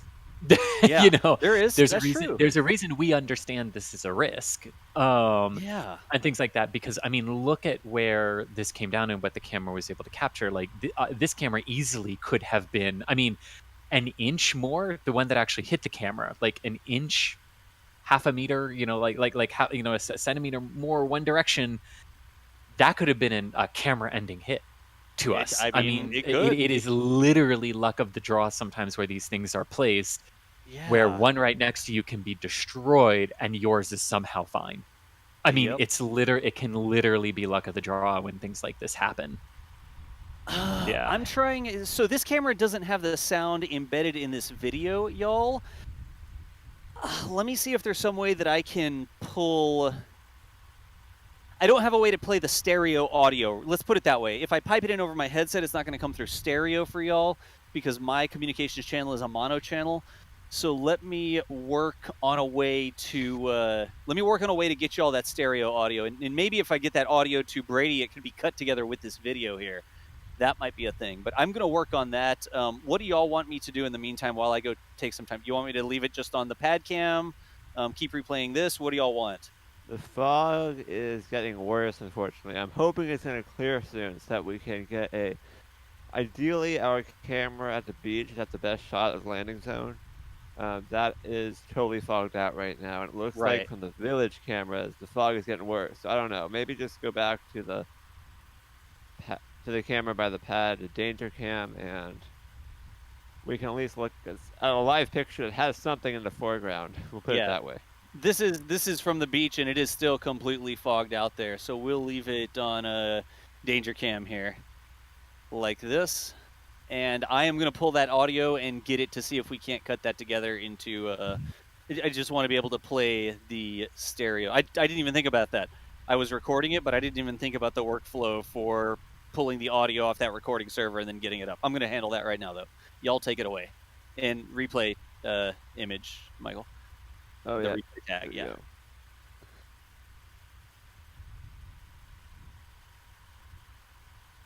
Well, so on to SN15 is a long story short. There might be... Or BN1.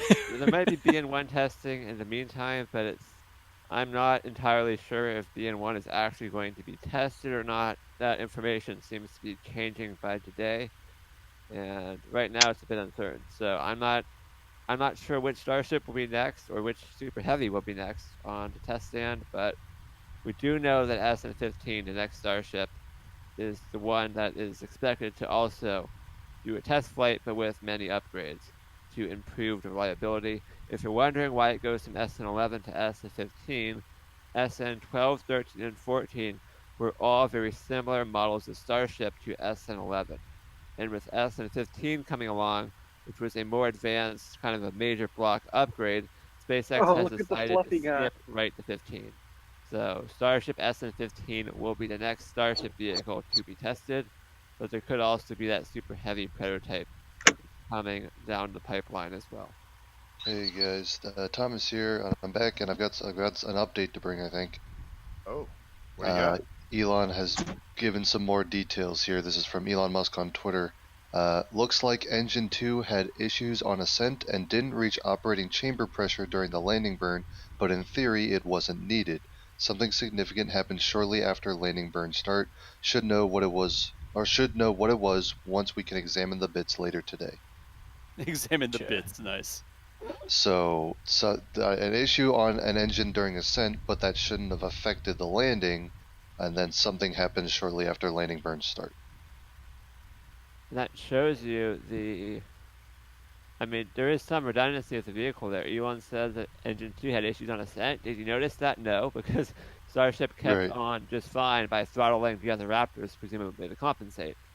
And then he also said that the chamber pressure issue on Engine 2 was not something that would have prohibited a landing because of the redundancy with the multiple engines.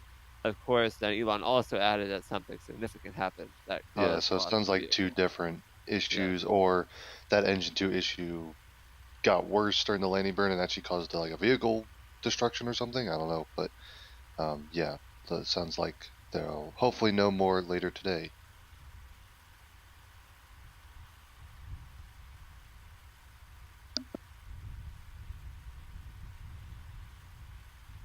If only it was clear.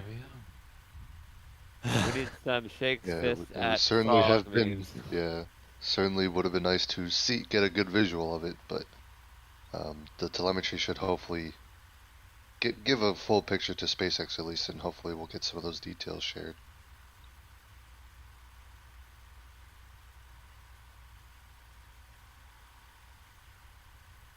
Welp. Yeah, welp. Exactly. And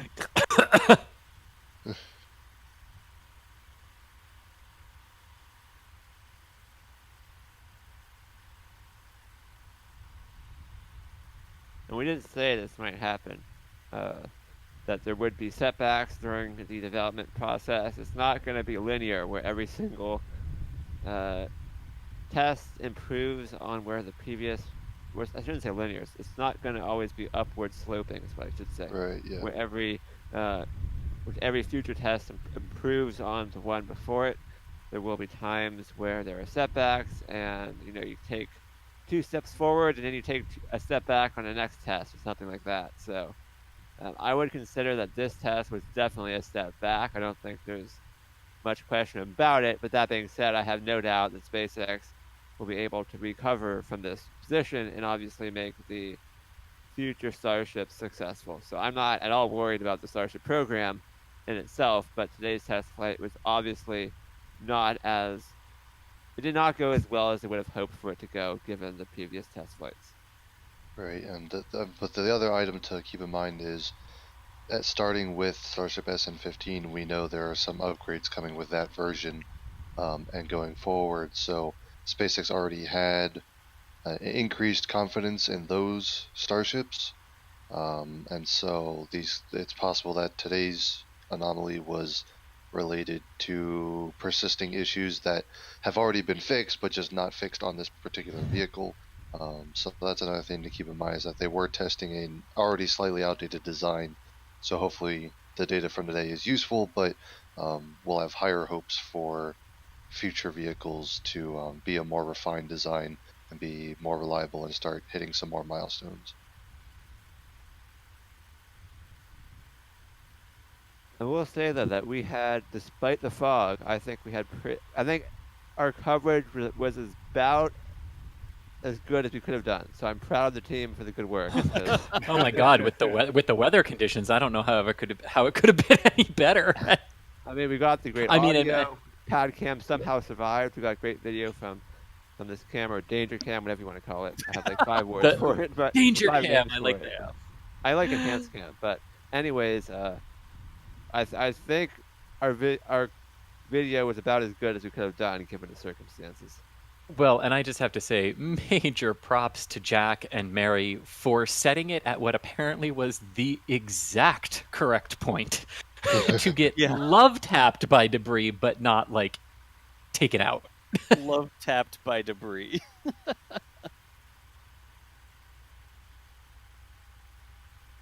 A little kiss from the debris, if you will. Yeah.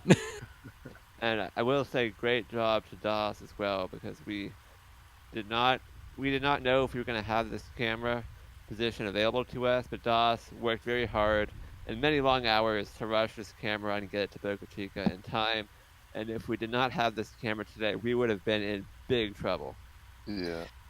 It's still labeled in all my interfaces where I control the robots and stuff. It's still labeled Rush Cam. I put this one together from parts that we had on hand because we always have a backlog, right? But we sort of schedule when we're going to build the next camera based on other live streams and where are we going to put it and all this sort of stuff, right? And we had the parts on hand, and I put it together in 24 hours from the parts that we had and got it in the mail and to Boca Chica. So from the time that we decided to the time that it was in the mail to Boca was like a day and a half or something like that.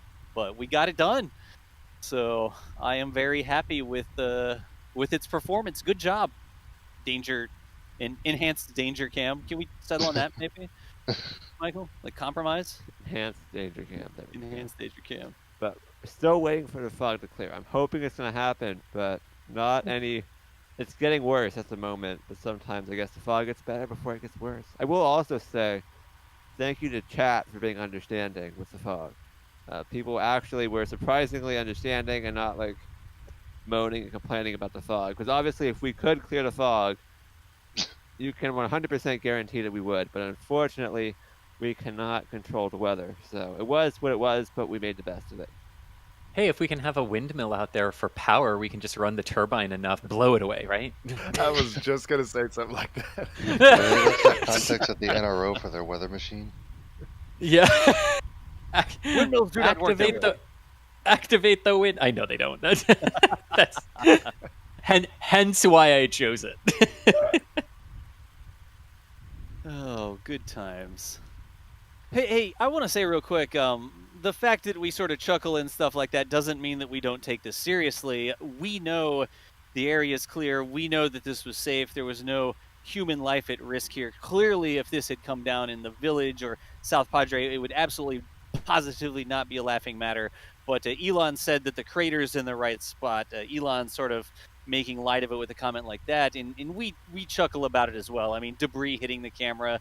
It's serious business, but I will say personally, I'm a little bit more comfortable having a little bit of a chuckle to let some of the adrenaline out, because we know that there are multiple layers of safety protocols to make sure that nobody gets injured when things like this happen. You know, I wanted to make that clear to everyone really quick. Yeah, there's an extremely low risk that this test flight damages anyone or anything other than SpaceX property. There's a reason the FAA exists. whether people like it or not. Even Elon has admitted that, or not admitted, but he has stated that it is a useful agency when it works the way he wants it to work, I guess. But he has acknowledged that it does serve a useful function, and that is to be a third or a second set of eyes, make sure that all the dots and check marks and whatnot are placed in the right place before a test flight like this. And like, from all indications we can see, all proper safety protocols were handled for today's test flight, and the vehicle came down where it was expected to, just a little bit harder. A little bit harder. It's a hard landing. Das laughing at debris hitting his robotic cameras, though, is how the robotic uprising starts, just for the record. I know, right? Hey, I built them to last out there, okay? It's a tough environment, and they are well prepared to handle it. So it sensed SN11 coming down, and it was like, blast shields activate. Blast shields activate. Hey, I want to do this really quickly here. I'm just resizing the replay again, but I'm wondering if we can't identify some of the debris that came down in front of the camera. So we're going to switch over to the replay one more time, like that. This is the replay again, and this is just before it happened. And there was some debris that looked sort of familiar. Let me see if I can find it. I'm just next framing it here, okay? I should get the big orange. I think I can go forward to the flash. Oh, come on. I had it right on it. I guess it is. There came a piece. I should not be moving this camera when you're doing that. Sorry. Oh. All right. So that's the first piece of debris, some sort of wire U-shaped conduit, stiffening ring. I'm not exactly sure what that is, but this is where it starts to come down. Let's see here. I wonder if we could calculate how quickly it's falling. There's a bird in the frame, too. Poor bird. Hey, bird, get out of Dodge, bird. Yeah, right? Flying in the right direction, at least. Yeah. And then things start to happen here. That piece bounced. You can see it down there at the yuccas a little bit. I don't quite have this exactly framed correctly. That's better. All right, so that piece did a little spin down there. Okay, there comes a piece. Looks like a scalpel. Pretty sure it's not, though. So there is another piece that comes down. That is the piece that nails the yucca. Oh, yeah. Is that bird frozen? It can't be. Okay, here comes a big chunk.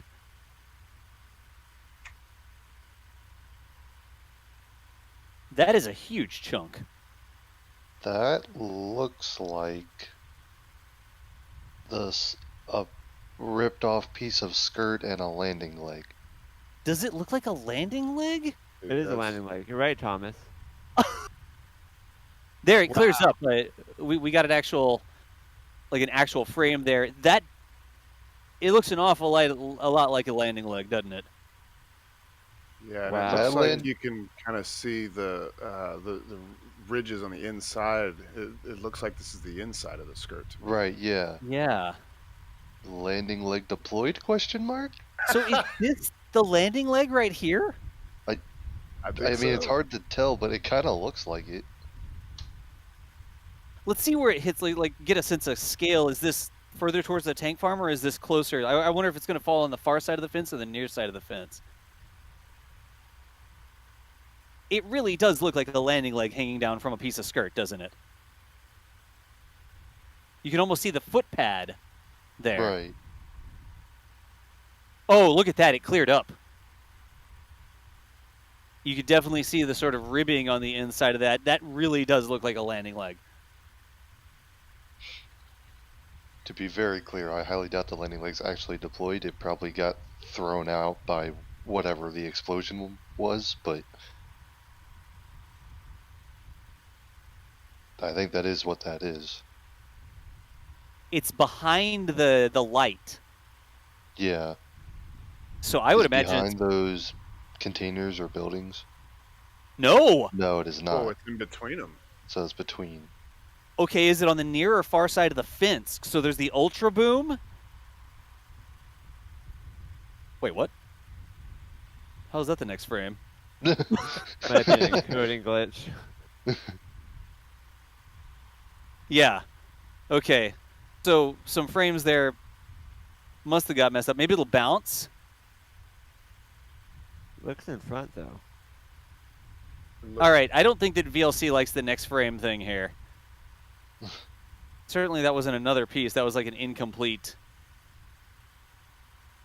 Oh, It looked like it bounced on the near side of the crane. Like between the Ultra Boom and the fence, maybe. I can't tell about the fence, but it did look like it was on this side of the Ultra Boom. Yeah, VLC really does hate frame by frame. Y'all are right about that. And here is the dirt from near where our solar panels got hit. Yeah, I think that's VLC messing up with the frame by frame. Yeah, I'm watching the because here's back to this now, again. and it does not happen. It's a VLC Yeah, it doesn't thing. do that. Yeah, this is just VLC messing up. All right. Well, we'll have to come up with a better way to bring it to a premiere and do it. And Elon just tweeted that SN15 rolls to Launchpad in a few days.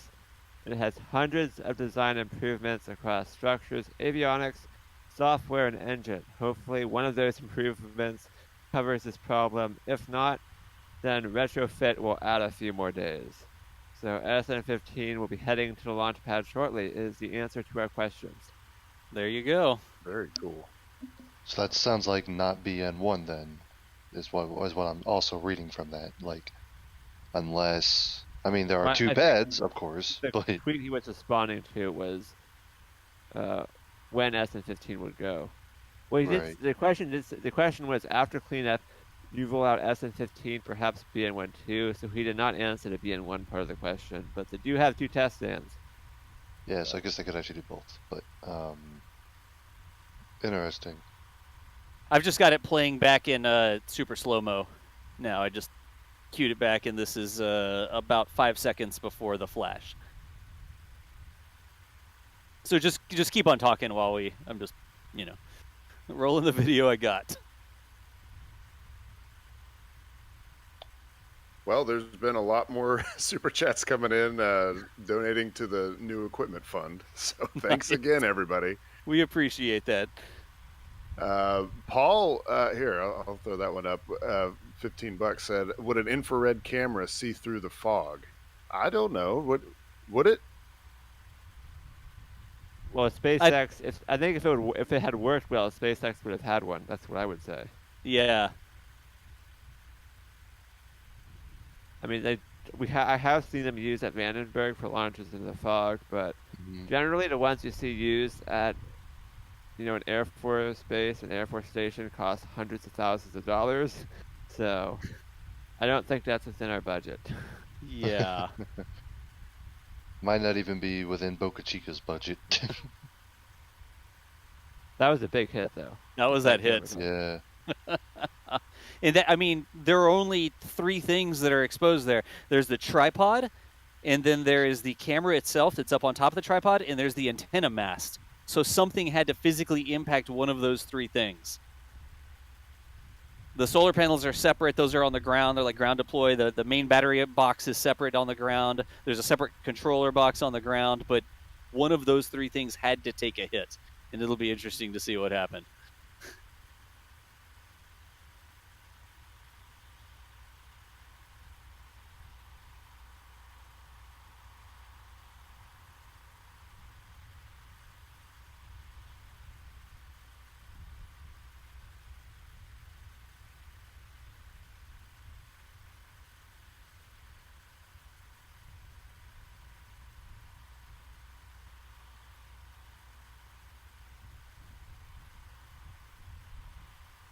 Just in case, you're right. With $1.99 said the view from inside the LOX tank was awesome. Yes, that was cool. That was new.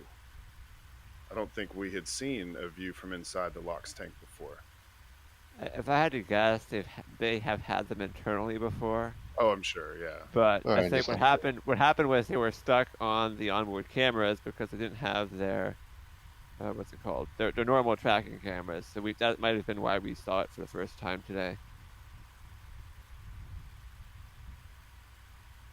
I'm not sure it had the cool lights in there like Falcon 9 does. Sometimes when they switch to that view, it's got these cool blue lights in there. But it'll be interesting to go back later and look at that. It was only on the screen for a few seconds, but it was pretty neat.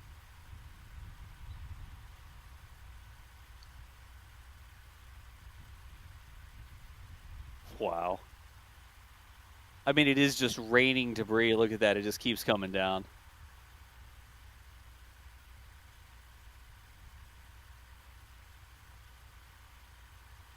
Good times. So we are continuing to stay live right now, hoping that the fog clears. But as you can see, back to the live view from the beach cam here, we still don't have any visibility anywhere, right, Michael? It's actually worse than it was earlier. Yes, it definitely has gotten worse. I've been cycling through all of our camera angles, trying to see which one has any visibility, and unfortunately only the closest, the danger camera, has any sort of shot. But yeah, look at this.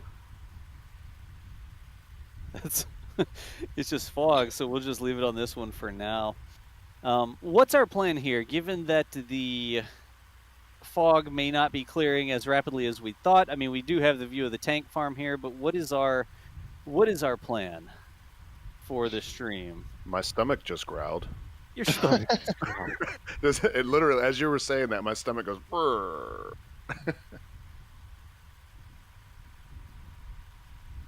whatever we decide, the opposite's going to happen in reality. So if we right. decide to wrap up, the fog's going to clear in 10 minutes. If we decide to stay live, the fog is not going to go away. It's usually how it works. Well, then I think we know how to play that game. It's like, don't tell the universe. Oh no, we just did. Yeah, good deal. I think let's keep reading some super chats and answering some questions for just a little bit of time here. I think some of us are probably going to need to disconnect here. I know Chris was hanging out for a while, and I think he's taken off to work on some article or other related stuff. We still have Thomas here, right? Thomas, you're still here? For a little bit, yeah. Okay, good deal. Since Steven's still here, Michael's still here. Yeah, I can answer questions. Just throw them my way while I work on some other things. Okay. Yeah. All right, let's see. Yeah. Go ahead. Oh, no, I was going to say I'll volunteer to read through some of them. I know y'all have been holding it down while I'm looking at this, but yeah, I can answer questions if you have the panel up. That would be useful. Yeah, good deal. Well, David with 20 euros said, why do they do it in the fog? Well, because they can. Rockets can launch in the fog. They do it all the time. Yeah, I am seeing a lot of people jumping to conclusions like, oh, they shouldn't have launched in fog. That was clearly the issue. I can almost guarantee fog had almost no effect on what happened today. Fog does not cause engine issues, and fog does not cause whatever failure occurred during the landing sequence. They will get all the data they need from the telemetry that they received, and then inspecting the debris on the ground. Fog. I mean, is it possible that they would know what happened quicker if they had good visibility?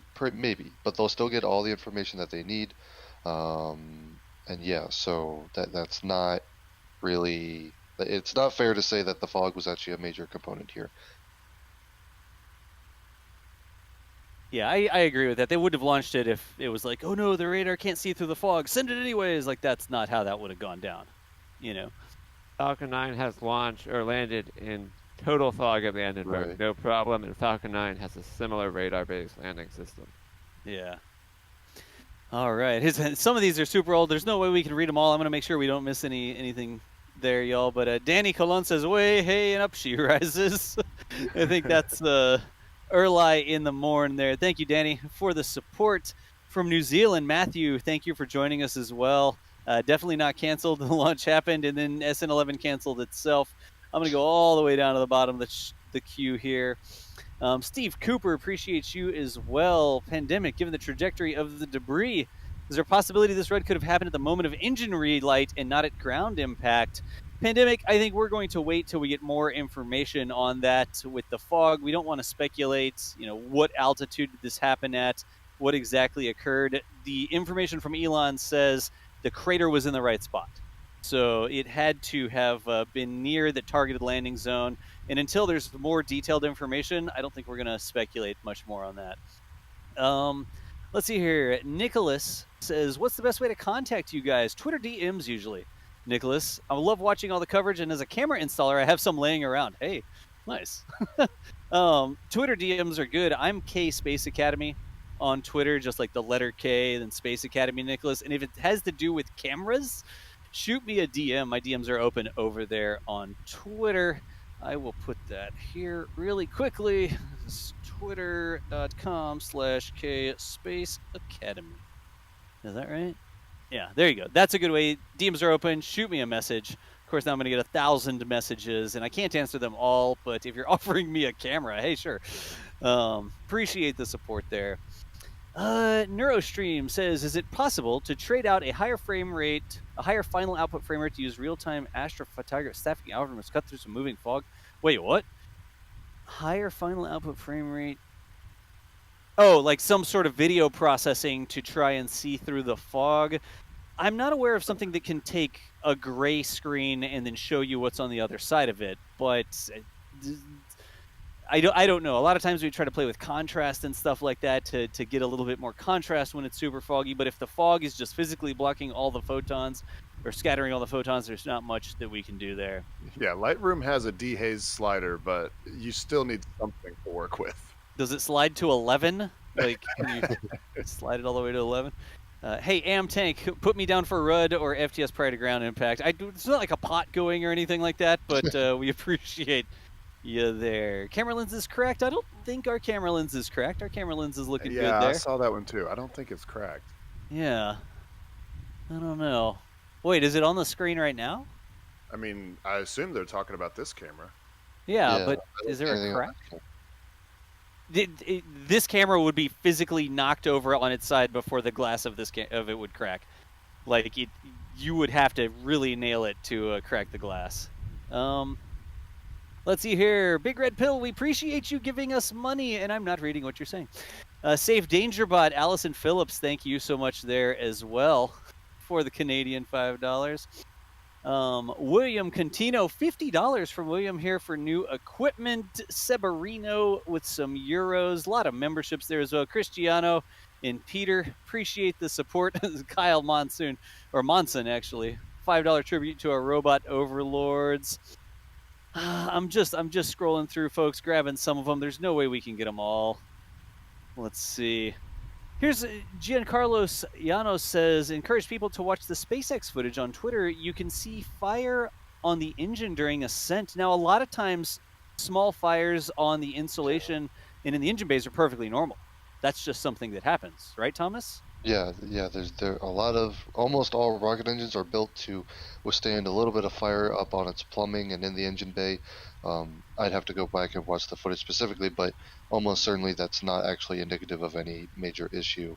But rocket engines tend to do that. I'm not. That wouldn't be a direct connection to an engine problem. Yeah, just because you got to understand the amount of energy that's coming out of those rocket engines. I mean, they're lifting tens of tons. I don't think we're up to 100 tons yet, but they're lifting tons of stainless steel and rocket up against gravity, and just the amount of energy you have to expend in order to do that, it's incredible, right? That's only 3 Raptor engines. Good grief, once we get to BN1 or whatever. I guess BN1's not going to fly, but you know what I mean, boosters. But it's normal for little fires like that to be visible sometimes, so I wouldn't think that was a huge indication of a problem. Let's see here. More people talking about fire amongst the Raptors on ascent. Sometimes that's a normal thing. Here's Centurio Lingera saying, hey, NSF, thanks for continuing to provide awesome footage of these launches. Hoping the rest of the gear is okay. Hey, me too, but you know something? The gear is there to capture the shots, and if it gets hit, it did so in the line of duty. So we can always build more robots. It's like the most loved toy ever because it's all chewed and ragged and the kid will not let it go. Same thing with the robots. They take a little battle damage. That is because they are there in the field doing their job. What's the quote about ships? Ships are safe in the harbor, but that's not where ships are meant not to where sail. they're meant to be. Yeah. Yeah, exactly. Something like that. Robots are safe in my garage, but that's not where they're meant to be.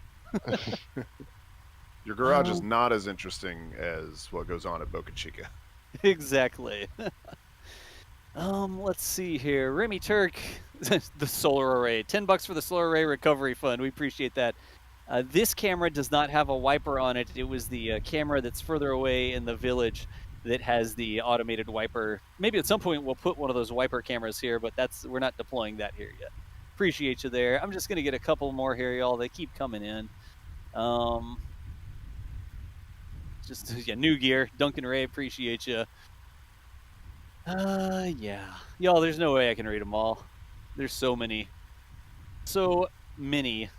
super chats in the queue here. If I missed one, you gotta understand that we appreciate the support. Thank you so much for the support, y'all.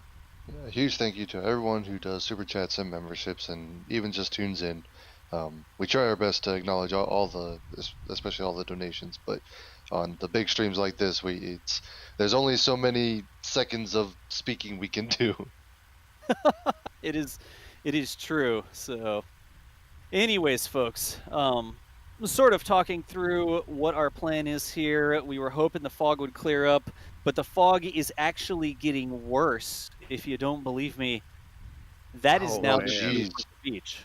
We could see that grass pretty clearly a couple minutes ago. Yeah, we had green color in it even, and now the fog is increasing. If the fog was clearing, we'd stay here so that we could look around and see the aftermath.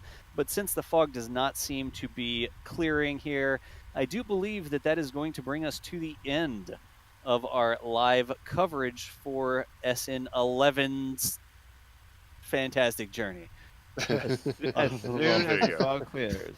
As soon as the fog clears, we will get images and whatnot up on Twitter, so you can see what we can see when the fog clears. But as of now, like Doss mentioned, nothing to show you. Yeah, that is the reality of the situation right now. But of course, make sure you're following. The primary account there is at NASA Spaceflight Mods. See if you can't grab that link into chat. Click on that, toss a follow on Twitter, and that will be, it's almost like the clearinghouse. If there's going to be cool content, we're going to get some footage off these cameras once it clears up a little bit. Once the area is open, Mary and Jack would be able to actually go closer to the pad and sort of see the aftermath, see how big that crater Elon was talking about. But make sure you stay tuned at NASA Spaceflight on Twitter for that. Also, if you haven't yet, make sure you toss a follow to the YouTube channel here. We do this all the time. If something is happening at Boca Chica, we have our robotic army, multiple robotic cameras that are deployed out there, rain or shine, all weather, and we can bring coverage, fog willing in the Starship, don't FTS, or whatever. But we are here just about every day doing the live coverage. Hey, also, the videos. We do daily videos of the developments that are happening. It's hard for them to stack a piece of stainless steel out there without Mary. Boca Chica gal lives right there in the village, and she is recording footage every single day. We edit those into daily videos, and you can find them right here on the channel. Make sure you hit the sub button before you go anywhere. I also want to say really quickly, we're going to go through the roster, but we're able to do these streams because of y'all's support. So we can't read all the super chats. There's no way we could ever get through all of them. We don't just want to be a only super chat reading stream. We also want to answer non-super chat questions and talk about things like food and rockets and stuff. But people showing up doing the super chats, massively appreciate the support. Also, if you're a member on the channel here, thank you so much for being a member. Your regular support, that monthly contribution to keep all these cameras and coverage coming, we absolutely positively appreciate you there as well. Also, if you've hopped over to our merch store lately, there is all sorts of different merch. If you want to tell the world that you are a proud Texas tank watcher, we've got Texas tank watchers. That's back from the Tale of Two Starships version there. We've also got mugs and hats and stuff like that. Hoodies, if you're a hoodie type of person. The hats are actually really nice embroidered. Got some roadside rocket science. I'm actually wearing that shirt right now. It's like the old. That's a throwback skyline to Yeah. when we didn't even have nose cones. It's like one of the first T-shirts that we put up. That's SN a long time ago because it doesn't That's even like have a nose. SN5 or SN6. I would imagine probably SN5. Yeah, so if you hop over to the shop, that's another fantastic way to support the streams. Maybe you want some wall art. We've got these fantastic aerial photos as well, stuff that Jack and Mary took from those aerial trips they took, some fantastic sunrise prints and stuff like that. I mean, just across the... I mean, look at this. Isn't that pretty? I'm zooming in on it a little bit. Well, come on. Really? It's not going to zoom in for me. There we go. There's all sorts of different ways that you can support the stream. And they're not just financially. So people that just show up to our stream, whenever we go live, you show up. You're asking questions in chat. You're asking questions on Twitter. You're retweeting things. You're hitting the like button. Here on this stream. How many likes did we get this stream? 15,000. That's not bad. I take 20,000, but we got 15,000 likes. Like, however you're involved in this coverage, however you're a member of the spaceflight community, all the different ways that you support what we are doing and make this possible for us to share with people all over the world. We absolutely, positively appreciate your support, every which way.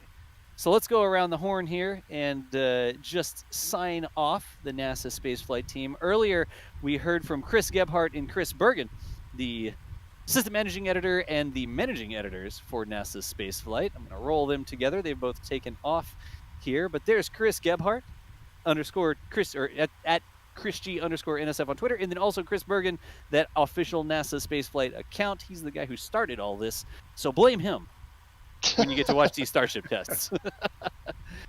Also, back in the studio today, kicking off the commentary this morning, was Thomas Berghardt. Thomas, how you doing? Good. Happy to be on for a little bit. I had to step out for the actual launch, unfortunately. College student problems, but you missed a lot. Yeah, I missed a lot. I can tell.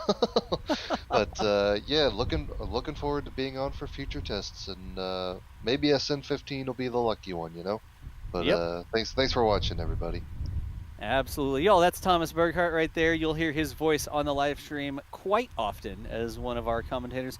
Also, we had Stephen Marr on with us bright and early this morning. Stephen, thank you so much for rolling out and caffeinating and sharing all of this with us. Yeah, my pleasure. This is the first Starship test flight that I've been on the stream for, and it was definitely exciting. And hope to be around for some more. Looking forward to SN15 and whatever comes between now and then. I don't know if we're going to have to... Are we inviting Steven back after one time he shows up, it's all foggy? Like, jinxed it? I think we need more of a trend. We need more data on that. So if it happens again, Steven, you're out. Okay, so I'm on probation. I got you. This is probationary fog avoidance mitigation. Whatever. The statistician in me wants to say correlation, not causation. I want to defend Steven here a little bit. Thank you. Oh, there you go. Good deal. Let's see here. Also, folks, out in the field, unfortunately, with the safety distance and the lack of visibility, we did not get live feeds from either Jack or Mary, but both Jack and Mary were out there, and I guarantee you both Jack and Mary will be in the area up close and personal with whatever happens as soon as it is safe and clear to do so when SpaceX lets the public back up past that roadblock there. But Mary, Boca Chica gal, was out as always, and then Jack Beyer as well. There's Jack's Twitter up there too. And yeah, sorry, I'm not exactly going in any sort of specific order here, Michael. I'm making it confusing. But massive thanks to them for rolling out and making all of our coverage possible, even on the days when we don't have visibility because the weather's not cooperating. Back here in the studio, I guess it's both sides of the coast, we had Michael Baylor hanging out with a bunch of technical stuff. Michael, as always, a pleasure. Thank you, and I'm proud to report that my project for the past 3 weeks worked absolutely flawlessly. Mars Cam had the rocket in frame 100% of the time that the rocket was visible, so I'm very proud of myself for my hard work.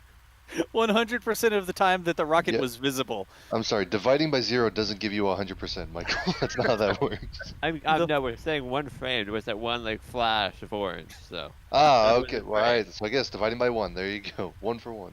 Strong indications that SN11 was doing something in the background there. We got the shake when the sound hit the camera from the explosion too. So. Yeah.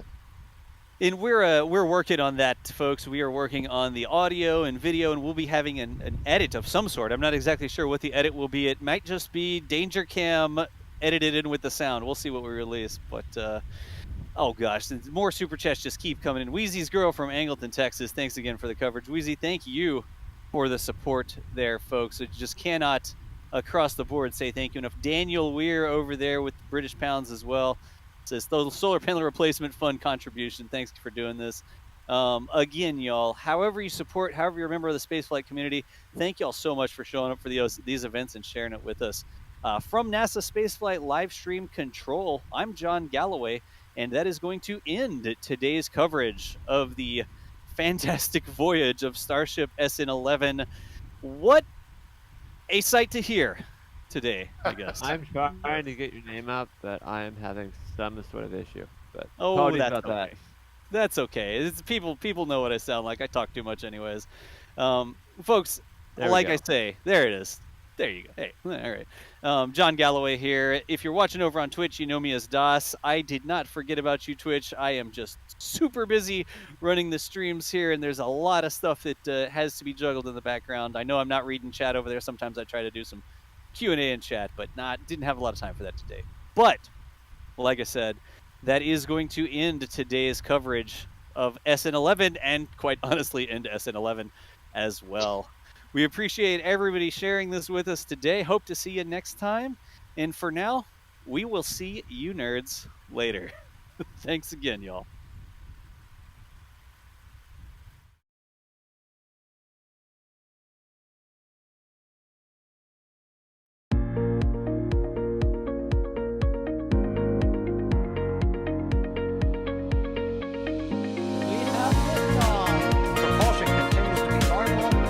Alright, 68 chamber pressure looks good.